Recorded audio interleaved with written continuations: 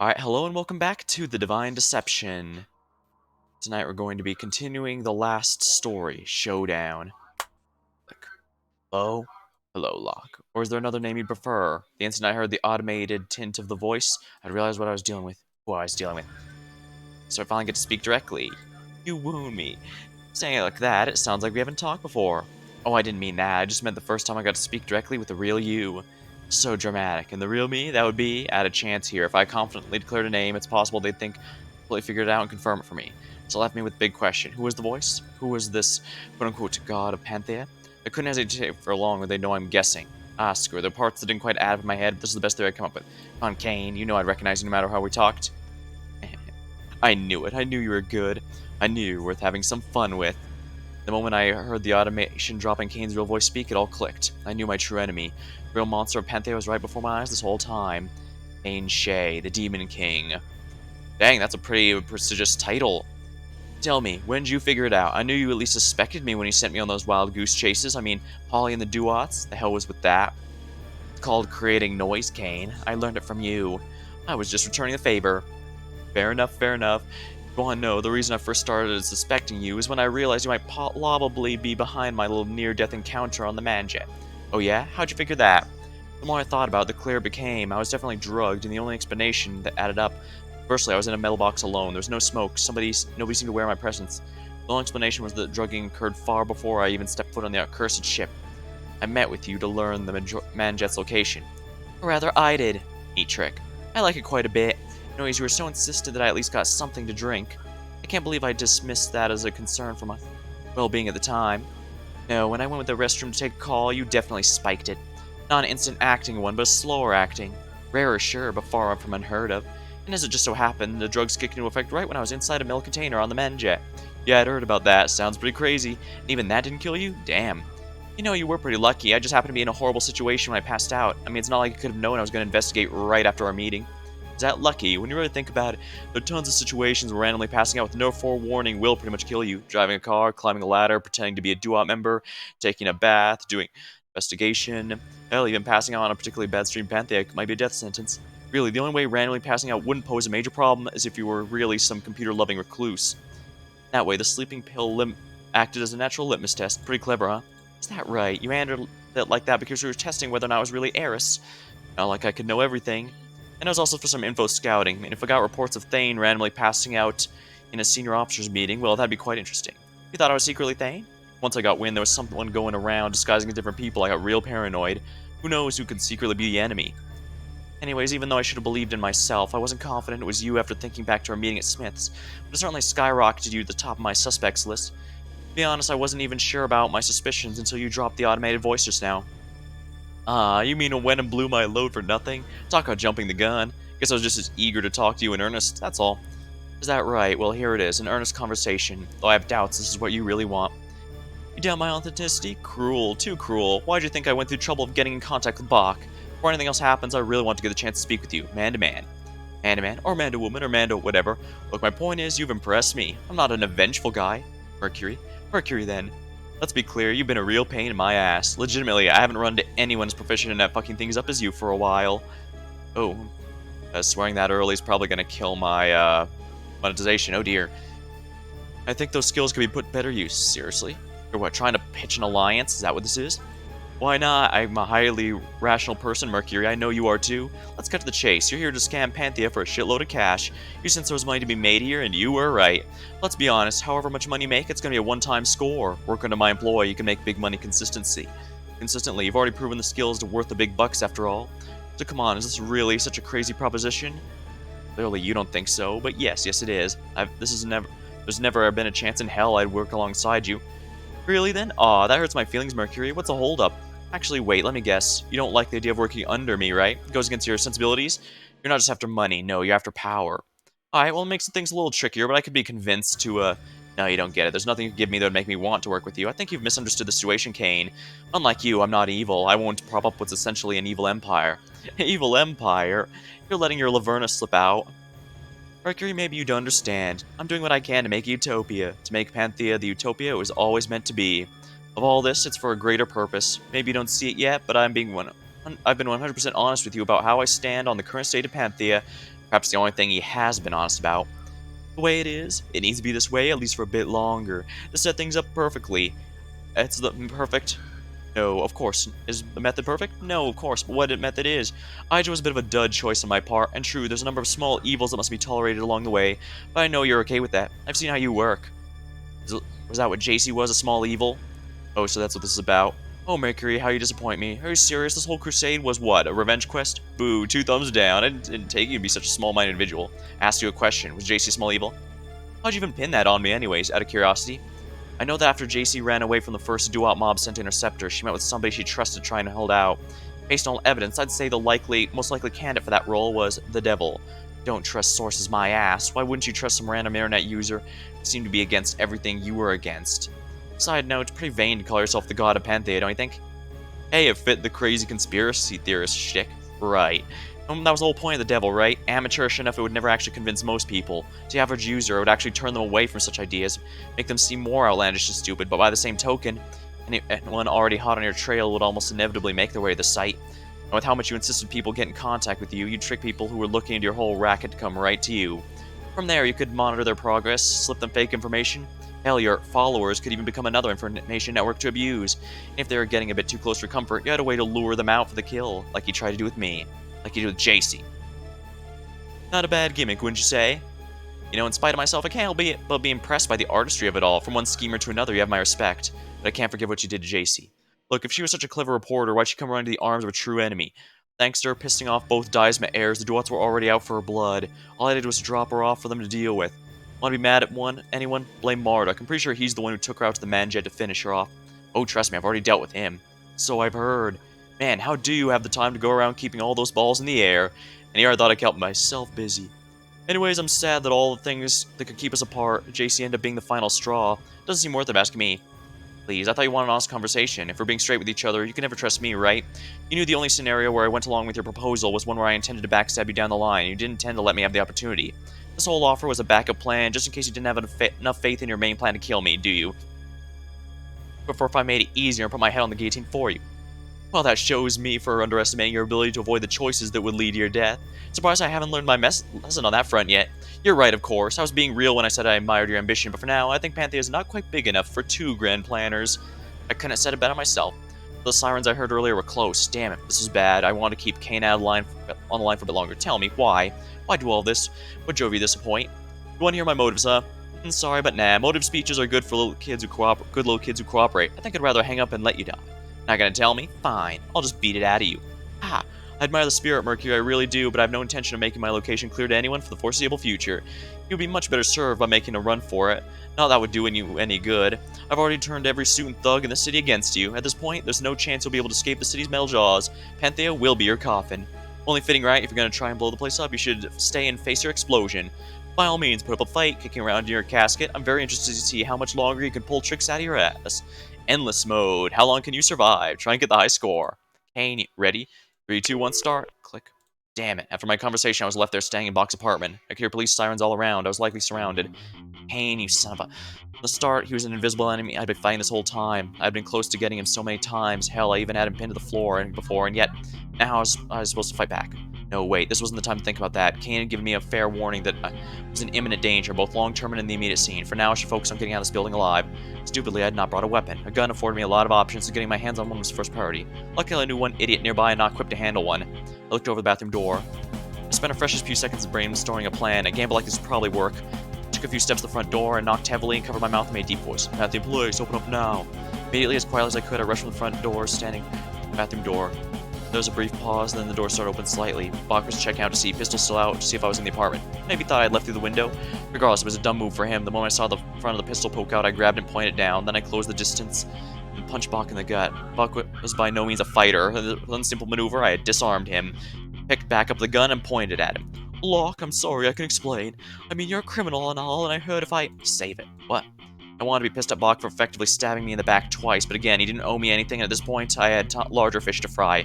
Look, I don't have time for explanations, but I need your cooperation. Can I count on it? Well, let me rephrase. Cooperate or issue. Seriously? Bach, I also don't like any part of this, but you kind of put me in a horribly shitty situation. At least you can choose pitch in, right? I'm not even gonna ask you to do anything intensive or bad. Well, okay, what do you want? Stand here. I put a hand on Bach's shoulder, moving to the center of the room, pistol still armed. Any moment, a police officer is going to actually knock on the door. I'm going to guess they're going to ask about me being here. I'll tell them that yes, in fact, I was here, but I overpowered you and escaped the window. Got it? You want me to lie to the police? Yep. You lied to me pretty well. I'm sure you'll do just fine. Bach looked down guiltily. I'll stand in the bathroom out of sight, but keep my gun on you. You turn on me, I'll be shooting you for you and not the cop. Look, come on, that's not necessary. I agree. I don't really want to shoot you, Bach, but back against the wall, I will, so please don't make me. What if she doesn't buy the story? Improv. And if that fails, then screw it, I'll work out. I'm not going to shoot you for failing unless you're very clearly throwing, if that's what you're worried about. Look, just help me out, please. I know you don't have the reason to trust me or even like me, but listen, you care about Panthea, right? I swear to you, if I die right now, nothing changes. All that shit you hate, the duots having control, Olympo Monopoly, the do-nothing politicians, they'll stay that way because that's the point. Right now, I'm the best shot of disrupting the machine. It's been my whole purpose. I know we want the same thing deep down, so please help me out. Bach looked troubled naturally, but at this point, a loud knocking actually came from the other side of the door.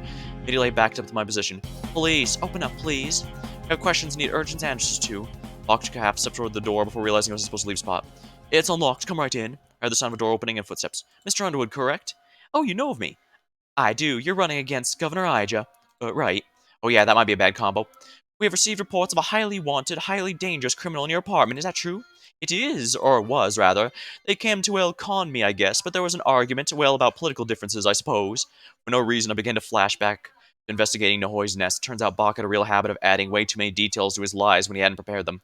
Before I knew it, they overpowered me. Then they escaped through the window. Window? There was a hint of disbelief in Ariane's voice. That's odd. When did you say this altercation took place? Oh, not long ago at all. Well, you pretty much just missed the crook. So they went through the window recently? Would you mind if I checked your window? Bach's face became visibly more nervous. He briefly looked over at me for guidance, realizing the look in the bathroom would be more suspicious. Well, be my guest. It was really the only move Bach could make, but it was annoying. Whatever. I just have to take a gamble. Bach took a step back and awkwardly gestured to the window. I walked closer and moved slightly to the right, changing the line of sight. I could hear Ariane walk close to the window. Then, the moment she entered my vision, I rushed out. Ariane was startled by the noise and tried jumping to attention. However, before she could make meal moves, I was behind her, gun to the back of her head. But briefly, I checked my six to see if she brought a lieutenant with her. No. Great. This is... No sudden movements. Started thrashing around, I blew... Laverna! You heard me. I did. You have me. Ariane put her hands lightly in the air. I didn't buy it. I saw the pistol holster at her side, and with my free hand, I took it and tossed it on the floor behind me. Instantly understood my mistake. Bach, don't try it. I won't, I'm not. Just standing in the back of the room, that's me. Can't explain what's going on, Miss Smith? No, really, actually, though I do have a few questions for you. Ariane and I were currently standing in front of the window of Bach's apartment. It was only at this point that I noticed a police officer standing right next to his car, the face only vaguely recognized. He had noticed what's going on and was currently aiming his gun up at us. Probably explained Ariane's skepticism on the left through the window story. As I guessed, the whole building was surrounded, possibly the whole block. I used my free hand to open up the window in front of us. Then I shouted at the officer, "Throw the gun away! Do it now, I blow your chief's brains out!" Shut up. Drop the gun, I'm giving you the count of 5 before I shoot you both. 5, 4... Really not built for the situation. The officer threw his gun in a panic. Good. That was a short-term solution. I never would expect this favor coming from you, love it. No, I don't know who the hell you are. Nice full surprise, ain't it? I guess you come to kill me on what? Ija's orders? Figure, since you're a little lapdog. I mean, that's why you've been helping her cover up the Cock Robin killings, right? That is... Oh, drop the act. Isn't it clear I know all about it at this point? It is necessary. The world's inherently cruel and violent. Without some order, nobody's safe. At least this way, evil's controlled. Yeah, I heard all about it from your little assassin buddy. Well, I bet the message was slightly varied to better suit each of you. It's ultimately the same song and dance. So I right? I just sent you to kill me? No, I just being held hostage. If I don't capture or kill you, she's as good as dead. My head or hers, huh? Interesting. Sad to say, but I think I prefer mine. You do not understand. Ija's necessary. She's the one maintaining the city's order. Is that right? Tell me, who do you think has her kidnapped right now? Actually, better question, or perhaps the final deduction from the great detective. Yes, I think this is quite fitting. Laverna Smith cannot fully leave the stage without exposing one more crime, the greatest of them all. You are psychotic. I shall start in a rather unorthodox order, beginning with the why done it. I deduce the death of your brother was the hands of a Shikome officer that began your spiral into paragon of justice to pervert the truth. It led you to cooperate with the Duats and bringing down the Shikome. It led you to tolerate the peace they bring. And quite possibly, it led you to accept the diabolical scheme proposed by the governor of Panthea. Huh? Tell me, who stood to gain the most from your brother's death? I'd say, if it let the chief of police be manipulated into serving a false justice, there's a lot to be gained from such a cruel calling. You're wrong. Ija loved Taka. Mayhaps. However, it's that very closeness that may have spelled his doom. Were he to learn more undesirable facts about Ija's reign, the need for his silence would be birthed. Something to ponder. You're making this up. There's some speculation, true, but I'm an investigator, dear Ariane. Take a look at those old case files. There's a peculiarity or two that caught my eyes about the whole incident. I was, of course, bullshitting. There's absolutely no evidence to suggest what happened to Ija's husband was anything but a tragic accident, and if anything, I'd be more likely to guess Kane orchestrated the death, though I highly doubt the truth was anything but what it appeared to be. but large accusations stated confidently held a certain weight. I hope that just maybe this may influence Ariane to put less gas on the search for me, if only slightly, or failing that, it might throw her off for a few seconds. That could increase the success rate of what I was about to do. Without warning, I slammed Ariane's head to the side of the window, then right after I jumped out it, I landed the fire escape, jumped from that to the panicking police officer. Thud. A punch from that height with that speed absolutely must have hurt. Sure as hell hurt my fist. Not gonna mention how much my legs stung, but I had not a single second spare on matters like that. Instantly, I ran to the car and smashed the front left window. Through the open window, I opened the door and hopped in. As I gambled, the keys were still in the car. Thank goodness. I kicked the car into ignition without even buckling my seatbelt and slammed on the gas. Right as the car kicked to life, I heard a gunshot. 2 more had fired before I turned the corner. Luckily, none hit me. One did impact the car, though, but luckily it didn't seem to hit anything critical. Cool, I had an escape, except there's probably lots of other cop cars in the area. That's not great. Neither was the fact that I actually wasn't all that good of a driver. I had driven a car only a few times in my life, and now I was put into a car chase straight out of an action movie. Oh well, I was a quick learner. How hard could it be? Turns out pretty hard. Oh crap, they must be from, yeah, large cities like New York and many cities in California. You don't even need a car because everything's within walking distance, and traffic's always heavy, but... So... Alright, very few laws were followed, and the sounds of sirens seemed to be coming from everywhere. However, through what I can only describe as pure blind desperation, I was able to put a bit of distance between me and some of the other police vehicles. One thing was clear, though, I needed a change of wheels. I know somebody getting out of a car they just parked at the side of the road, coming to a sudden stop that did a number of this thing's suspension. I jumped out of the vehicle and rushed over them. Hey, sorry, I really need to borrow a car. Before the civilian could understand what's happening, I punched him in the gut and grabbed the keys. That was mean and possibly uncalled for, but these were desperate times. I got in the new car, and as I began to leave, I called out the person. Very sorry, leave like a shit ton of cash in the car for your convenience. Report stolen, give the license plate, the police will find us soon enough. Check the glove compartment for the money. Again, sorry for choice on my part. Bye. With that, I slammed the gas of this new car right as I heard the sirens get closer to me. Hopefully this car transition will buy me some time. I continued to drive as fast as I could down Pantheon streets. I needed some time to think. Up until now, I just focused on short-term survival, which is nice, don't get me wrong, but that wouldn't solve anything. Screw Kane's advice, I wasn't gonna run away, not after everything I put in this gambit. There's now a death match, last man standing, so then think. How do I get out of this? Honestly, I don't think at least one of them, if not both, is going to die, so if you're wondering why I tried to wager that both would survive, that was an outcome I genuinely would like to see how that would even play out.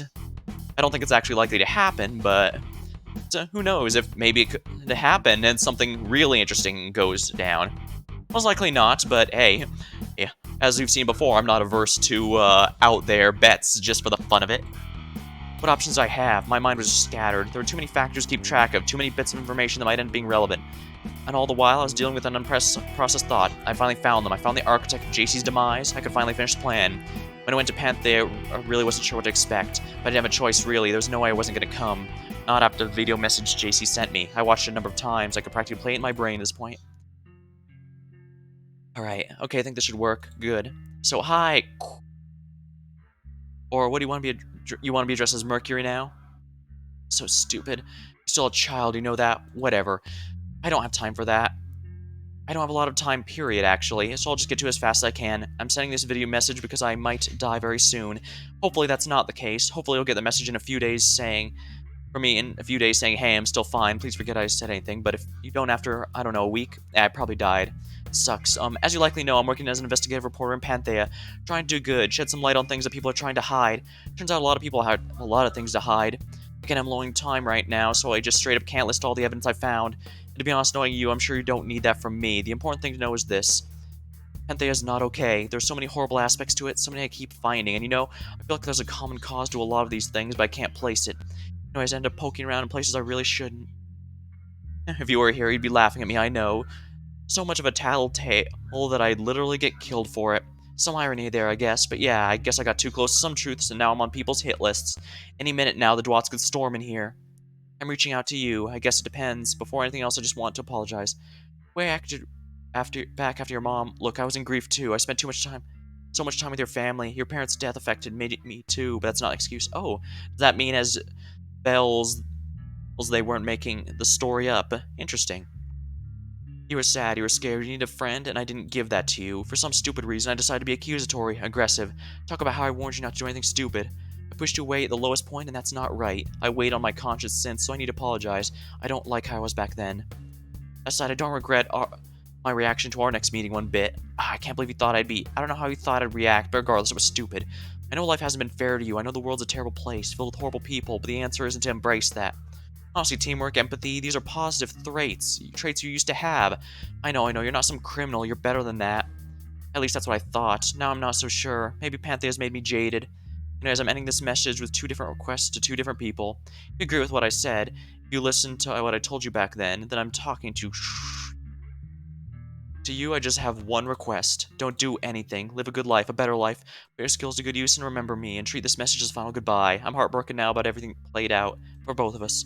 I can tell you how sad I am. We're probably never going to talk again, but I know you can move past this and live a good life. This is my final wish. Just end the video now and treat it as a goodbye. On the other hand, if you really are a criminal deep down, if you are the person you claimed to be when you met up with me, then I'm talking with Mercury. And if I'm talking with Mercury, then figure all the junk I just said I figure all the junk I just said went in one ear and out the other. So here's what I ask of you. Come to Panthea and avenge me. I know you can do it. Even though I couldn't agree to it, I have to admit, your work at Oreo is very impressive. Very you. I looked into it after the fact, of course, so I know you're capable of doing this if you want to. There's even a lot of money to be made here, if that'll sweeten the deal. Money you can take from people who don't deserve it, because apparently that matters to you. If you're listening to this, I'm a bit sad you're not the same person I grew up with. For the very least, if you're going to live a life that you've chosen, you might as well still do good with it. I tried to save Panthea Mercury, I did my best, but as it is now, I'm not sure it can be saved. So then my final request, if I couldn't save Panthea, then you need to destroy it. Yep, that video is still stuck in my head, as well as my confused reaction. For a brief bit, I was conflicted. My weaker side did want to listen to the first request. The more I thought about it, the clearer it became. JC had only thrown in that first part to give me an out because she was nice. She didn't want to force me into avenging her. Well, guess what? I wasn't forced into it. I wanted to. JC was the last connection to my previous peaceful life, my oldest, closest friend, despite the distance that had grown between us. For her to just be disposed of? No, I wouldn't stand for it. And so I came to Panthea on a crusade. Slowly, methodically, I would tear it down from the inside. Laverna, Locke, Vels, Olaf. I threw out all sorts of lures, start finding inns. I didn't want to make any unnecessary moves early. I put in the necessary preparations. The stone-cold determination, my plan to bring Panthea to its knees began. As soon as I began to see cracks, I made sure to expand on them, confident that before long my work would pay off. It wasn't as though I had a specific plan on how to proceed.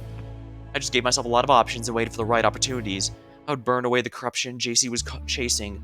I'd make a shitload of money to live off of while we're doing it, and in the end, I'd take revenge on whoever was truly responsible for her death. Cain Shay, the multi-headed ruler, the man of many masks. The devil, the djinn, the oracle, the god. Though, through puppets and proxies, he kept the city marching to his beat. While there are still some questions I had, at this point I had pretty solid theories on the methods and motivations behind his work. Heh. You know, in some ways, maybe it was inevitable. Kinda made sense I was the one to succeed when JC and so many others failed. It took a deceiver to kill a deceiver, and from what I could tell, Kane's greatest weapon was information, so by throwing out so many lies, it made sense I'd be able to disrupt him. I was still left with a critical question. How was I going to get to him? Kane was sharp, he wasn't going to come out of his hiding spot easily, and he wouldn't take refuge in any place I could reasonably guess. Still, there had to be some way to get to him. Think. My best bet was to target one of his true connections. The Trimurti members. Well, I had kind of killed one of them, which left one option. I drove as fast as I could to the forest, to Odin's mansion. After a bit of time, I arrived without much trouble. Okay. Before getting out of the car, I checked my pistol just to be sure. It turns out the gun wasn't loaded. Did that mean that when Bach was pointed at me, he never had any intention of shooting me, and when he went along with my plan, he actually wasn't scared for his life? Sweet, but also pretty annoying, now that I was out in the middle of nowhere without a weapon. Whatever, this was Odin. Did I really need to be armed? I got out of the car and began walking the mansion's front door, and right from the front door it stopped. I turned around. Then I sighed, of course. This is my fault. Well, whatever, I'd have to deal with it, I guess. I opened the front door, surprised it wasn't even locked. I wouldn't put it past Odin. Hello? Anyone around? I called out and got no response. I could look around the mansion, but I had nasty little instincts as to where I might want to check first. Extremely reluctantly, I made my way over the room with the staircase Odin's underground war room. Sure enough, the weapons had already been moved as to unlock the plaque. The cinder blocks I covered earlier were also no longer around. Fun. I lifted the plaque and began to make my way down. Before too long, I did see Odin, and I also saw Art and Polly. This didn't surprise me, since I noticed their cars outside the building earlier. All three were hiding out in the war room. Well, as hiding out and more arguing intently. Gotta do something, Odin, our company. Without your help, the whole thing's going belly up. Perhaps it is deserved. Foolish men do pay wenches that work beneath them are not fit to inherit the glory of Olimpo. Father, please contain yourself. I've already prepared potential legal remedies and counterattacks. However, before we do anything, I believe there are some explanations you owe us. Explanations are owed, they are earned. I have half a mind. At this point, Archer left. All three men recognized my approach. What the? Vales? No, is that Eris? Polly's actually one of the biggest risks I encountered throughout my stay in Panthea, at least in regards to keeping up my identity hidden. Unlike almost everyone else in the city, he actually had spent a reasonable amount of time in person with 2 separate identities in fair lighting and non-hectic conditions. Honestly, was there anyone who would likely see through my act, Polly probably had the best opportunity. Luckily for me, despite his tough talk, he was an idiot. Incidentally, Polly also ranked up pretty high on my god suspects list. Ah, Mercury, seems you were kind enough to join us now that the cataclysm is finally upon us. Or would you prefer Laverna? Locke, perhaps? Mercury's good, though I honestly don't care what you call me. What is this? What on earth is going on? Doesn't concern you, Art. I just want to have a chat with your dad. I would think it very much concerns me then. You know what, Paul? You've been blaming each other for Olympus' demise, and while that is partly true, the individual truly responsible for your defeat stands before you. Is that really true? Surely not. Both brothers' eyes turned towards me, clouding with suspicion and anger. Really, Odin? Do we have to do this?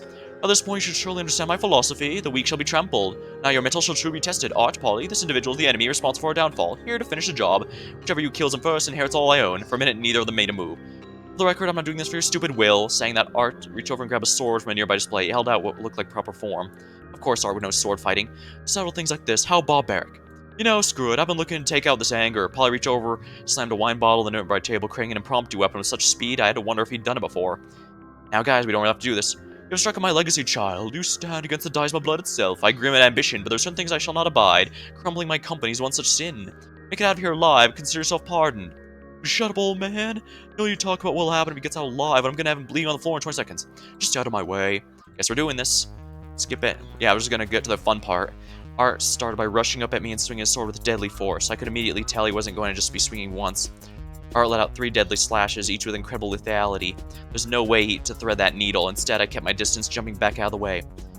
That the best you got? Art's brow furrowed. Good. Wounding this guy's pride was sure to be effective. Art charged forward, gripping the sword's hilt in both hands. He was done with letting me simply stay out of the way. Art lifted his weapon above his head with both hands and made slash me down. Unfortunately, he took for granted the wind-up this maneuver would require. I popped him straight, punched the nose, completely interrupting his attack. Annoyed, Art swung wildly, swinging the sword once more through the air. Like the world's highest stake limbo contest, I leaned under the blade just in time, then jumped up, spun around, and slammed my foot into the side of Art's head. Again, Art stumbled back, and I pressed my advantage, running him straight in the jaw. Art was reeling, and Polly didn't even care. With an annoying expression, Polly pushed his brother aside and rushed with his fist clenched, broken ball in his right hand. Polly swung at me with his right fist. I simply swayed to the side and reached out to grab his long hair. Head in hand, I slammed the side of Polly's skull into the nearby table. Then I pushed him down on the table and wrapped both hands around his throat. I didn't grip too hard, anticipating the other brother was about to do. Seeing an opportunity, I recovered Art stabbed down at me with a sword. The moment I heard that movement, I let go of Polly and dove to the right. Art completely whiffed, but he ended up glancing Polly on the side with his attack. Polly cried in pain. Art just lifted his sword and turned back to me. Someone should have taught that man some manners. Had he been more apologetic, perhaps Polly would not have retaliated with an out-of-nowhere punch.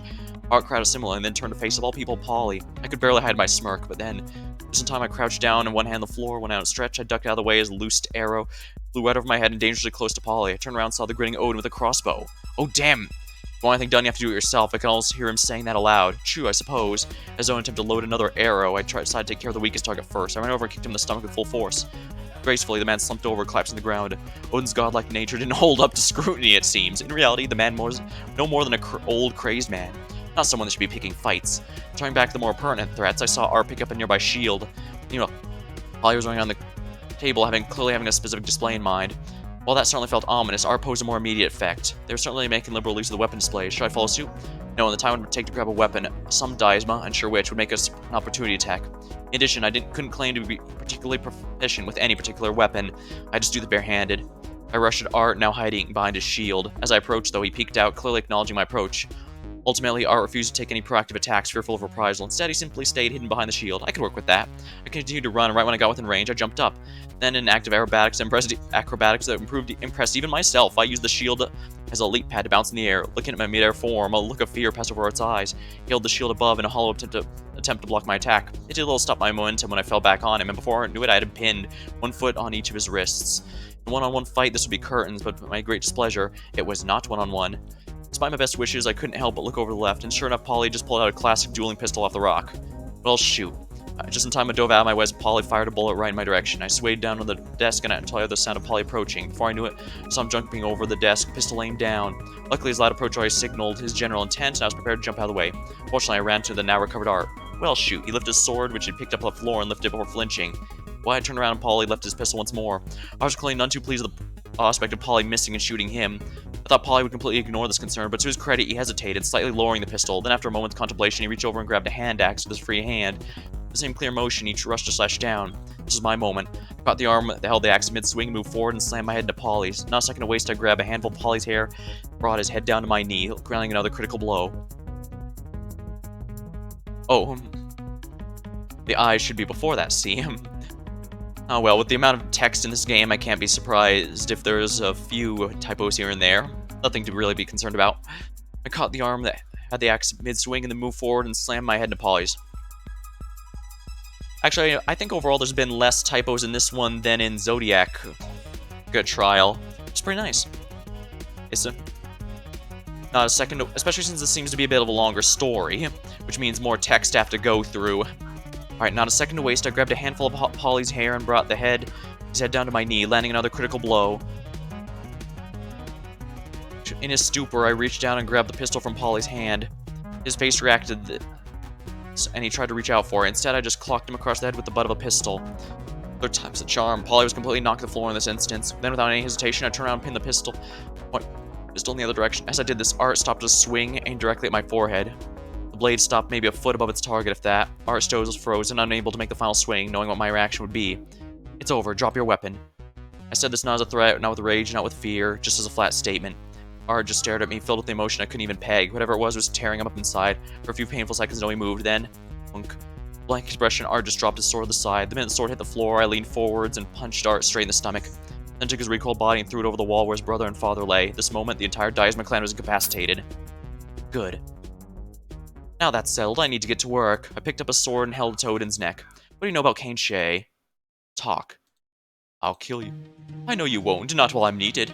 I'll hurt you then. Oh, bring it. I've regulated it myself, so I'd grow accustomed to it. Gross. How about I'll kill your kids? Oh, do it. They're failures. I saw that one coming. What have I done with my life? You know, I never would have bet on the fact that all my kids, Devin would be the last one to become a failure. How the hell is that Creepshow not a failure? He's an assassin, a valuable asset for Aija. That's his power, more than two businessmen of a defunct business at any rate. Ollie looked over to me. Where the hell do you get off? What did we ever do? Olympus just doing its best to, grow and shit? Yeah, I mean, it sucked, but we didn't have to wipe it out completely. Where the employee's going to go now? They'll find somewhere, I'm sure. Besides, let's not pretend this is something it's not. The only reason you're throwing a tantrum is because you realize your primary source of income's been shut off. Hey, that's not true, isn't it? Want me to guess what would have happened if you did end up in control of Olimpo? You would have made a bunch of reckless decisions that made you feel good, but would have completely driven the company to a wall. Then would have realized you were screwing up. You go back to Daddy, put the company in reasonable hands, because even though helping out the little guy is fun, you want to pretend to be a good person, you've never been anything but selfish. I'll kill you. Polly stood up in a rage I was expecting. Before I could get a momentum, I kicked him straight in the stomach. He fell back to the ground, clutching his chest. Moron, Devin had the right idea. I should have cut ties with all of you. I couldn't waste any more time dealing with petty Diasma squabbles between Odin, Polly, and Devin. I had my fill of that family for a lifetime. The four horsemen of Panthea Apocalypse, more like. And here's what to do. I needed leads and I need information. I looked around and saw a phone. Picked it up. This is yours, Odin? Perhaps. Okay, so yes. Seems locked. What's the password? Kill me and may spill it out of my blood. Has anyone ever told you you're a lot? Yes. Well, whatever, I can't deal with this now. I looked over more and noticed an open laptop unclocked. A bit more examination revealed his arts. He's clearly juggling 1,000 things, all trying to handle the fallout of Kara's explosion. I could poke around here, but I doubt it'd get me any closer to Cain. But an open computer meant I had digital access. It was a long shot, but maybe I can crack open the phone with this. Ooh, this is really neat. I might try this on my own time, but it's gonna take way too much. I need to skip this to get the... need to skip this to get the next story right away. I was in. Fantastic. I noticed Polly trying to get back up silently, so I walked over and kicked him in the stomach again. Ah! Alright, Odin's phone. After some quick scanning, I eventually found a message chain with someone I could only assume was Cain. The latest messages were actually unchecked. Apologies, but I need to kill Devin in the governor's office. I know he's your son and all, but he was going to ruin everything, gave him a fighting chance. Hopefully this isn't a major issue. Beside the nature of that message, Devin died? Oh damn, it's kind of a shame. Though maybe for the best, I had no idea what to do with him. At least he had a change of heart before being killed. That probably did some cosmic good, if you believe in that sort of spiritual shit. Anyways, there's something about this message. I could feel it. What was I thinking?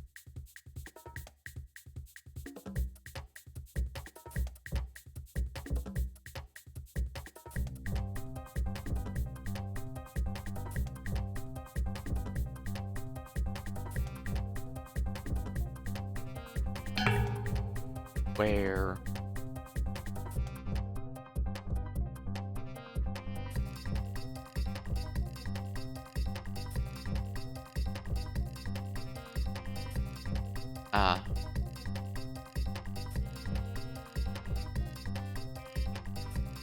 Oh, remember, that's right, we have a camera there. Alright. He suspects me. I have Odin hostage where... I planted a camera where Cain killed Devin. If, Cain learns that, then, let me think.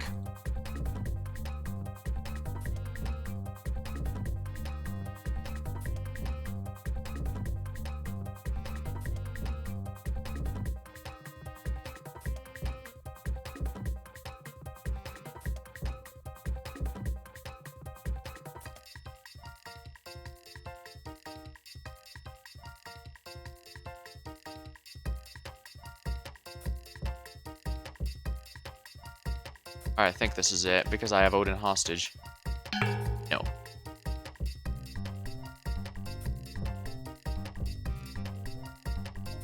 Let's see here.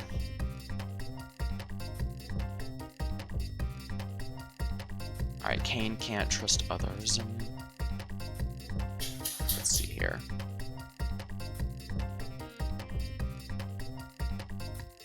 And Evan, new sentence. If Cain.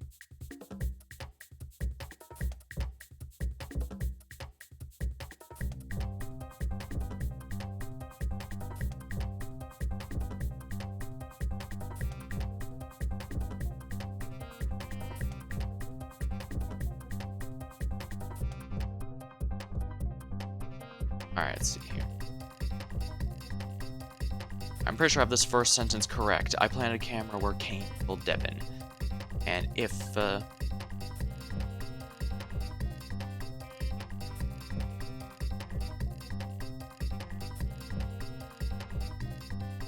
does not learn that,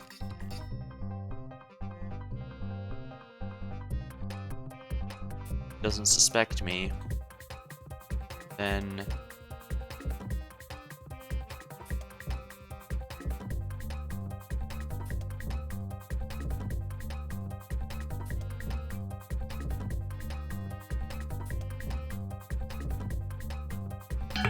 come on.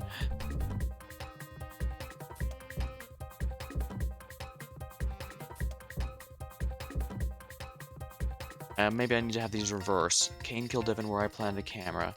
If,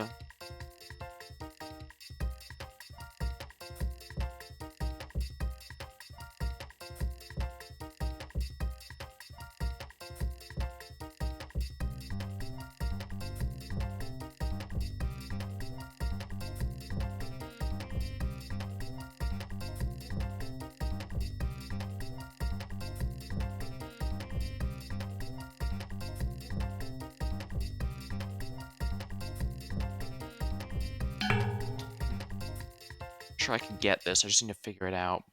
'Cause yeah, basically, it's unlikely he realized the camera there.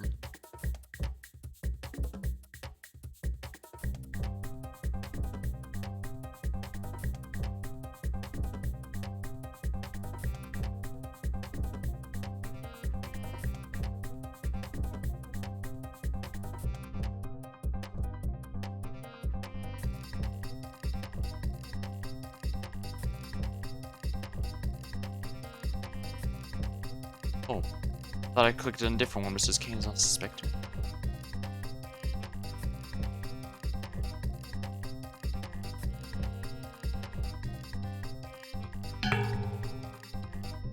Tempted to skip past this real quick, but this doesn't seem like it'd be too difficult, I don't think. I just need to...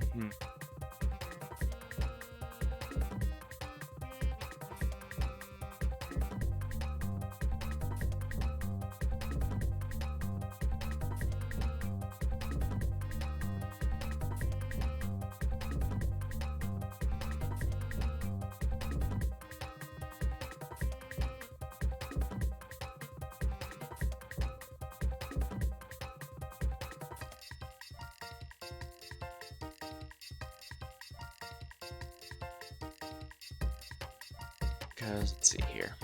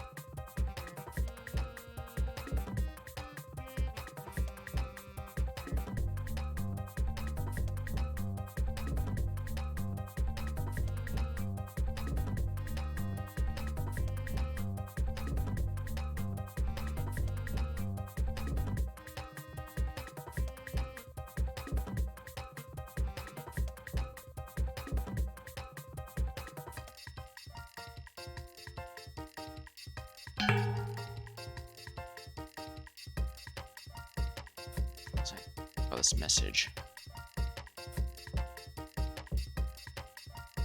Chew.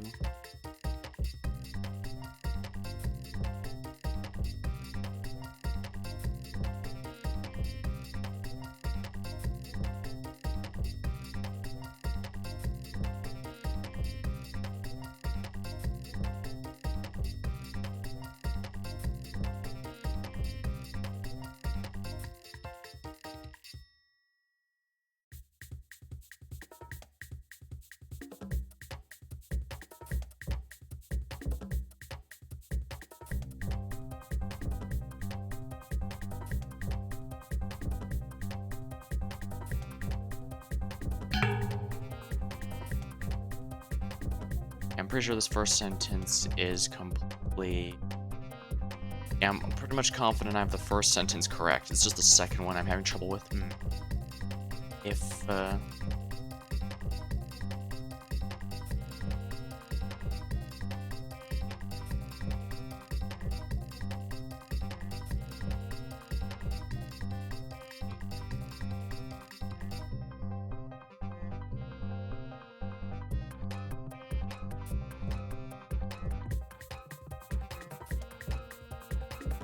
I'm putting up here isn't necessarily matching.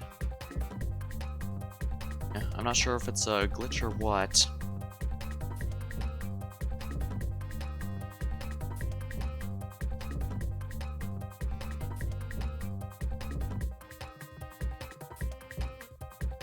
Oh yeah, these two are... I'll learn that, but I already have learned that.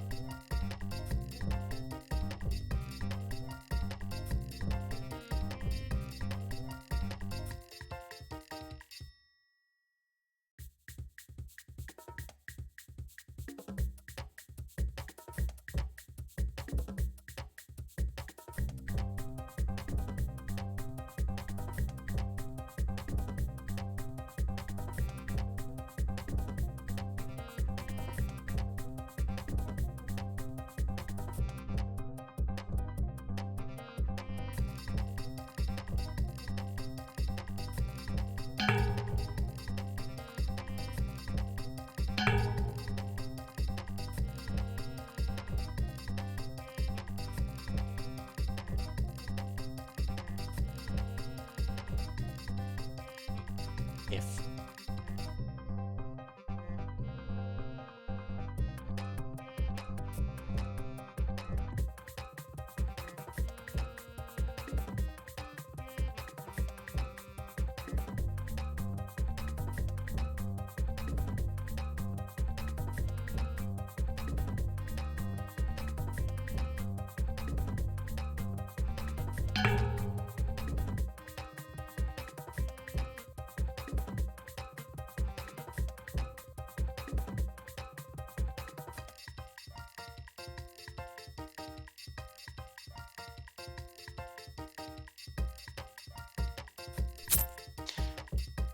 You die in the governor's building. I had a spark of inspiration. I could see it. The way to lure Kane out. Maybe the only way to lure Kane out. Then I should spend a message back? No. Kane was sharp. Too sharp at a time like this. The only chance I had for this plan to work was to get his cooperation. And kill Devon. What? Damn, that sucks. I mean, yeah, he tried to kill me, but Devon's still family, no? No. It appears all my spawn are failures. Truly heaven mocks. This is my curse for failing Zahak. Be fitting, I suppose. What the hell, Odin? Odin, Devon wasn't a failure. He was killed by Cain. Don't you want to get revenge? Don't you want to make it right? Work with me, you can do that. Revenge? What a funny notion. No one should be trying to avenge a dead body. It is the dead body's spirit. It is each individual's responsibility to try and survive a dangerous world. If someone perishes, and by their own merit, they have failed.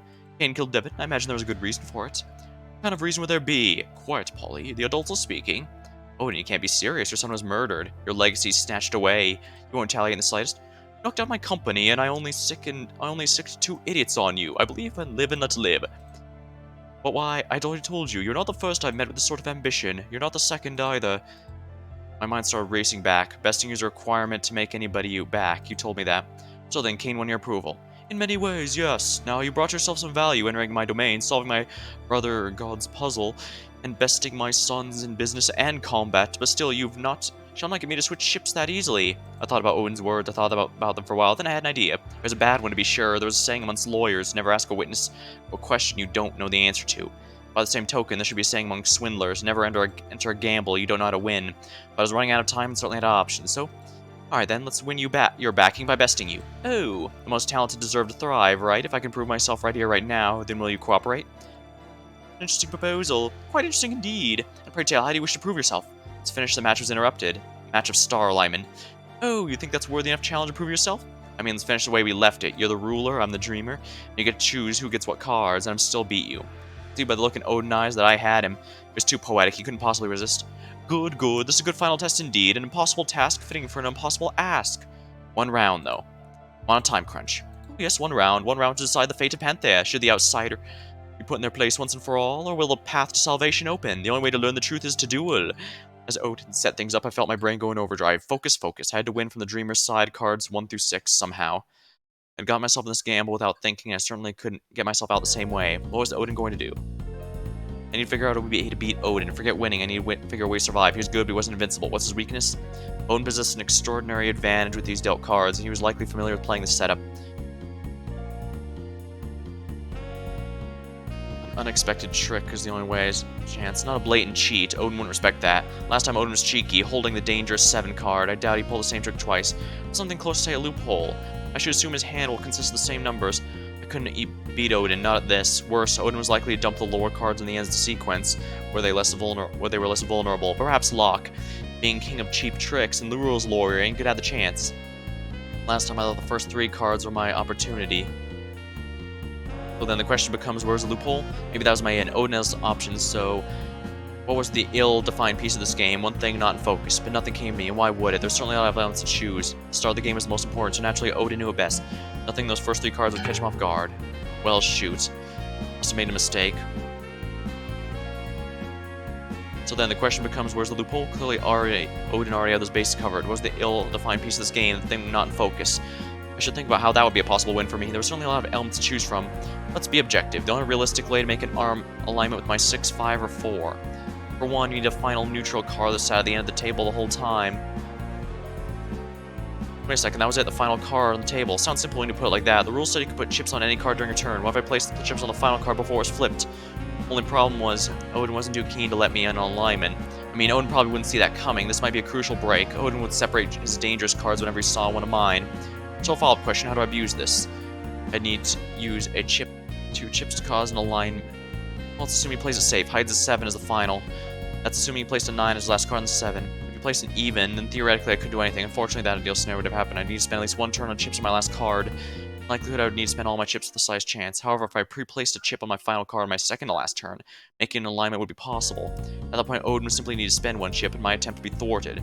Problem, Odin also has access to chips, so it also takes Toast's little effort to mess up this plan on his last turn. It was simple. If I wanted to find a way to win, I'd need to overcome that hurdle. For my plan to work, I'd need to distract Odin somehow. Deceive Odin somehow. Distract. Work. Odin knew that it was best to save your chips for as long as possible. If he knew I didn't have a chance, he might wait to protect himself from a potential threat. Even more likely if I incentivized him to somehow keep his chips. If he could set up early on the game where I might use up all my chips to make an alignment, it was possible. I could fork him, make him choose 1 of 2 separate attacks to defend against. It was a loose plan, but at this point, a loose plan was as good as I was getting. He had the cards, he had 10 chips, we were ready to play. Before we started, I want to establish 2 things. First of all, let me re-clarify a rule. On my turn, I place as many chips as I have on any card, right? Not just my own? Naturally, that's core 10 to the game. Got it already? I only played it once, okay? I just want to be clear about everything. Second, clear stakes. If I win, you cooperation regardless of how many chips I have remaining. Oh, bah, fine. Even using all your chips, you stand no chance. If I win, I will stay completely motionless for many seconds as you have chips, understand? Oh, loud and clear. Hear that, you brats? You may have your vengeance yet. Art stayed quiet. His face was like stone. He looked unwell. Polly, on the other hand, frowned a bit. Hey, why would you impose that rule on yourself? A gamble's got to have stakes. It's because he possesses a fighter's spirit, Polly, something you are sorely lacking in. Now come, we've spent too long chattering about nonsense. I couldn't agree more. Odin shuffled the cards and dealt them. As expected, 1 through 6. The plan so far. Without even thinking, Odin placed an 8. Of course, 8 was another vulnerable card, better placed at the start, where it was only a sail on one side. He could place an 11 and 13 next, he totally could, but what he didn't know is I planned for my 6.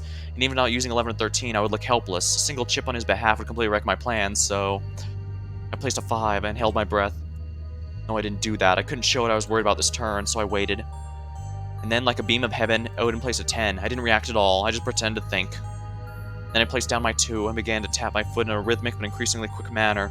Odin just needed to keep playing. My 8, 9, 10 threat was meaningless. It could be solved at any point, no need to waste chips now. I played a 9. I played a 1. Played an 11. I played a 4. Played a 13. Yes. Yes, yes, yes, yes. I placed a 3, then took one of my chips and placed it on the face-down card at the end of the line. Please be a 7 under there. Odin looked at me with a confused look. I just looked back at him. Then he smiled. He was smart. He knew what I had done. He knew that he was beat. You were proficient at Nohoi's Nest, were you not? I should have been more practiced in my approach. I was too preoccupied with trouncing you at my own game that I forgot you are wont to play your own. I didn't respond. I didn't have to. I just waited for him to act. And act he did. He placed a 12 and then placed a single chip on the first card, the 8. I placed down my 6 and my remaining 4 chips on it. Flipped over the last card, 7. I said it, not believing the words coming out of my mouth. And like that, I had won. I tried to hide the massive sigh of relief. I felt like letting out. This wasn't the time for that. I needed to project confidence. But sheesh, how many heart attacks could I get in a single day? As it should be. Interesting. Quite interesting indeed. An unexpected outcome to be sure, but not an unattractive one. This is what I was looking for. This was the spark of light the city's missing. Does that mean what I think it means? Indeed, Cain has grown sloppy and slothful. If he is worthy to inherit Zahak's will, he should be able to overcome this obstacle with grace. With my dying breath, I shall back you. Let this be my final bet as a ruler. Good to hear. I don't need much from you. All you have to do is make a little call. Odin, of all that's holy, don't go along with this nutcase. Paul, you have no idea what you want, and you have no idea what you're talking about. Just shut up. May I call, is it? If you're calling upon my name, this plan better be worthy of a ruler. Oh, trust me, I think you're going to like what I have up my sleeve. Good. Then I informed Odin of all the relevant details. He picked up on my intent rather quickly. Understandable. Deep down, Odin was clever. After we were clear on what was to be said, I handed Odin the phone. To be honest, I wasn't sure if I could trust him. He was just as liable to warn Cain about my whole shit the moment he got online, but well, I mean, it's not like things could realistically get worse from here. Play my outs. Odin would help. Well, you could always draw into your out if you don't have one to play. Odin dialed up Cain's number, and moments later, phone picked up. Ah, Cain, you are lucky I've decided to grace your ears with my voice. Yes, I'm safe in the war room. This is actually what I wish to discuss with you. Our city's intruder burst in the area not very long ago.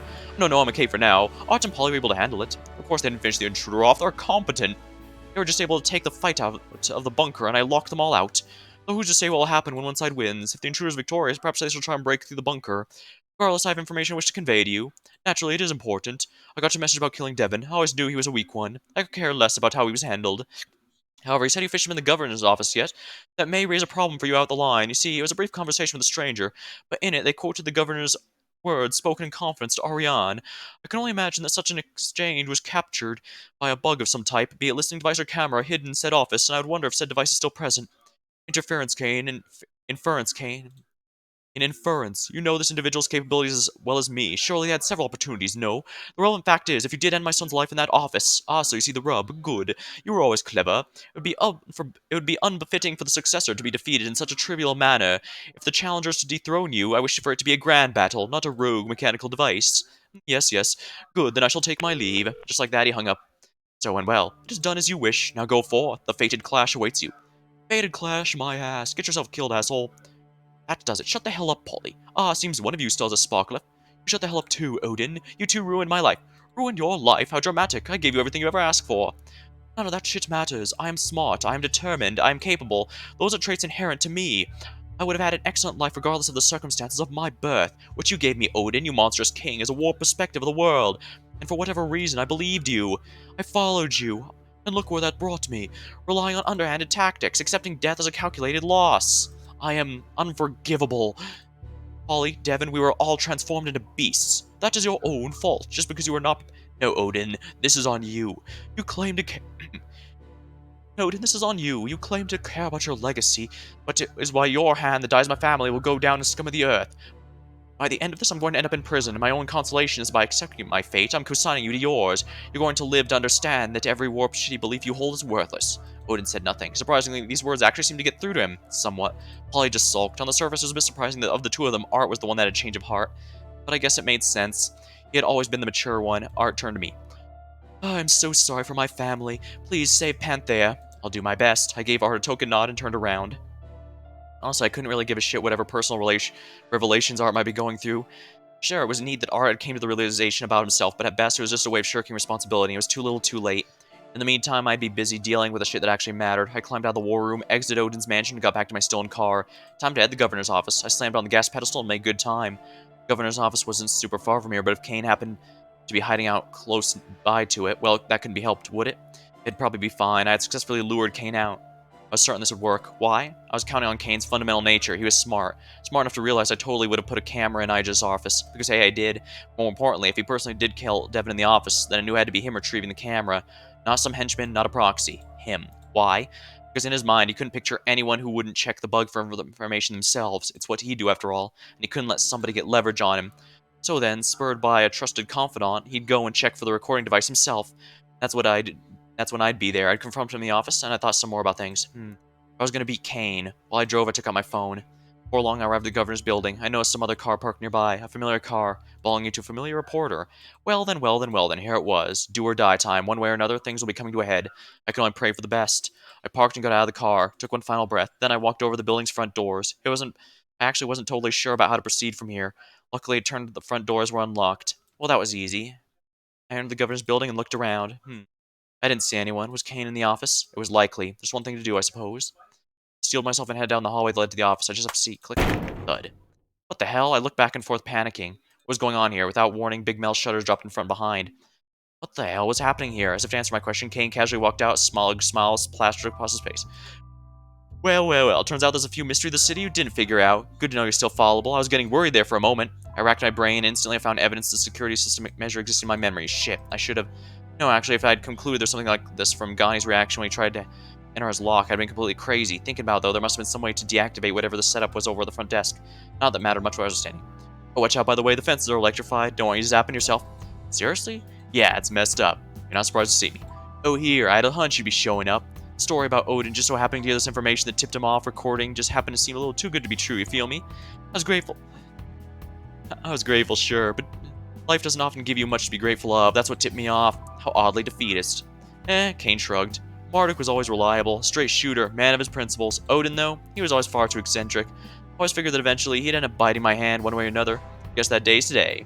Not that it mattered, because in the end it looks like you're the one behind bars. You lose. To accentuate the point, he held up a pistol at me. Well, shit. This is bad. Was I really that messed up? No, I still had an out. There's still one way to turn things around. I just need to buy time. I need to keep Kane talking. Lucky from what I could tell, he really loved the sound of his own voice.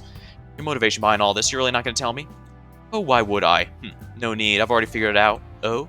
That's fun. Well, while we're here, why not go ahead? I'm a little curious as to what you figured out. It was straightforward, like I thought. Well, as straightforward as anything can be in this messed up city. Zahak. He led Panthea to the state it is now, alongside with the Trimurti, Odin, and Marduk. Whatever this was, it was clear this was the will of somebody to carry on his will. Asked if he had any children. Apparently did, but just some daughter who died a while ago. Not wanting to look into it at first glance, but then I remembered Zahak was a bit older than Odin and Marduk. Just because Zahak's only daughter died didn't mean his only lineage died out. Not if his daughter had a son of her own. Looks like you caught on to Panthea's worst hidden secret, the real truth of my parentage. Neat, good on you. Well, it's not like it was a real secret. Anyone could figure it out, if you knew where to look. Hell, I told you my grandfather was a big-shot politician who made this city like this back a long time ago. You know, you said I disappointed you. I think it's my turn to turn the phrase around you. Just trying to follow in Granddaddy's footsteps. Pretty uninspired if you ask me. Maybe. If I had to guess, this explains what happened with your parents. You know the whole thing about your dad killing your mom and trying to kill you? What if it didn't have anything to do with that? What if they were just two unrelated things? That'd be fair enough, I suppose. Is that the case? Nah, you got me figured out pretty well. It was a pretty tragic case all around. My dear sweet mother didn't do anything wrong. She was just teaching me about my past, teaching me about my future. She instructed me with Zahak's lessons about how Panthea needed to be needed to be for a sparkling future to be reached. Nobody believed in Zahak more than my mom, and even when he was in jail, Odin and Marduk were close friends. Anyways, my father had this huge spiritual nut. He looked like the Zahak situation very differently. When he caught wind of what my mother was doing, he totally went nuts. He went on about how she was letting the corruption spread, how it needed to die out. Fascist stuff, let me tell you what. All of a sudden, Papa's got a gun, and I'm running hiding. Eventually, the police came and sorted it out. Wow, you know, when I first heard that story, I never thought I would end up sympathizing with a father before too long. Seriously, low blow indeed. Yeah, possibly. Still, it feels like he wasn't so far off on the corruption thing. You sure grew up messed up. I grew up with a sense of perspective. I knew what I needed to do when growing up. Figured to run out of talking room sooner if I didn't redirect the topic of conversation towards something more substantive before too long. Anyway, this secret of yours is what sparked the murder of Maximilian Collins, is that right? I'd blame that part less, though it was certainly a factor. Max the moron, looking for a quick way to relieve himself of debts, he broke into his aunt's storage locker for valuables. But apparently he found something quite valuable. Veronica's diary. In it, she detailed all sorts of things, and one of those entries, written in stunning detail, talked about the confession Odin, the damn braggart, he had made to her in private, about how he masterminded the city with two others in a makeshift triumvirate, how he had worked with Zoc and Murdoch. Realizing this, Max was at least sharp enough to know he had stumbled onto something big. However, unable to see anything beyond the most immediate, small-term use for this information, Max decided it could be good blackmail fodder. It was a real scandal, people would pay to keep it hushed. And so he decided against blackmailing Marduk, the head of the Dwats, directly. And perhaps showing wisdom I wouldn't have pegged for him, he must have also figured Odin was too dangerous to blackmail directly, which left him with 1/3 to try and abuse. He didn't know much about Zahak at the time, but he did his research, found out I was his descendant. And as a semi-public figure, a reporter with a reputation, he must have figured I was the perfect target. I cared enough to try and hide the scandal about my grandfather. I likely had some funds to pay with, but I didn't actually pose a threat. Or at least that's what he thought. So when he came to you to blackmail him, you realized how dangerous he was knowing about the Trimurti. After all, you used those connections to puppet the city, right? Yeah, pretty much. I used the fact that I was Zoc's descendant, trying to fulfill his legacy, to turn Odin and Marduk into my side. It took a bit of convincing for both of them. Odin was particularly arbitrary with some tests. Both men always had too much respect for my grandfather and too much faith in his ideals.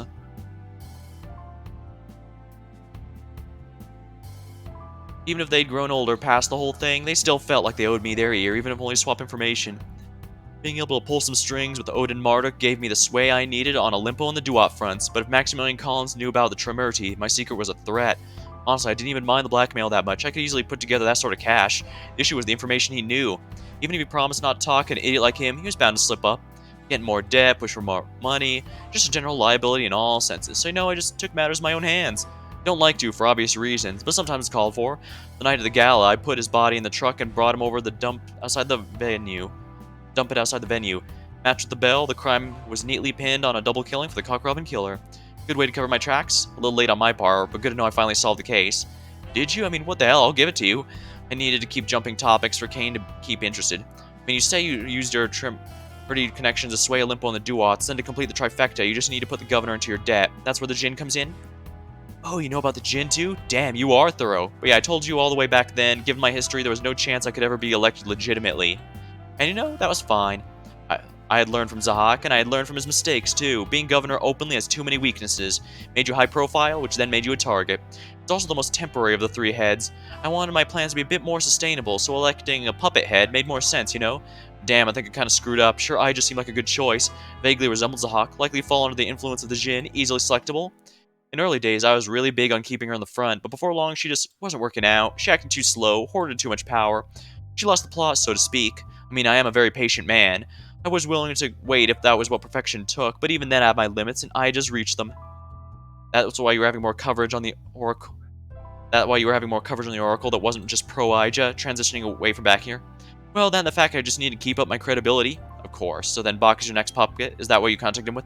That guy was super clueless. The person in his corner was a criminal extorting him. It wasn't hard to turn him to my side. Of course, a piece like that, not destined to go far, but for this temporary measure, yeah, he might make a decent stopgap governor while I get my other ducks in line.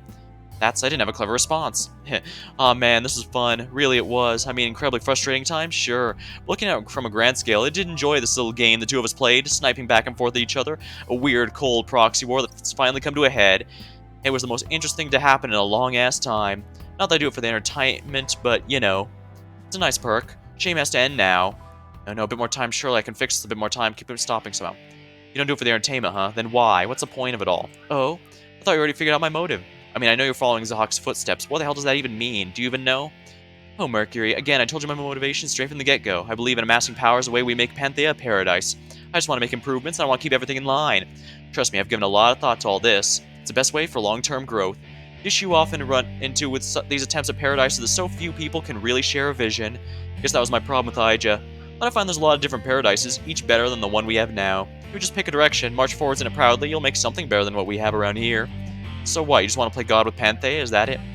Am I not owed that? Kane had an edge in his voice now. This might as well be my grandfather's city. They scorned him, locked him up. This place became better under his reign, and everyone damn well knows that. He left the city for me. He left it for me to play with, and he left it for me to keep making better. And things will be better, you trust me. It's been slow years, that's true. I've been finding my footing, and had something of a dud in charge on the legislative side.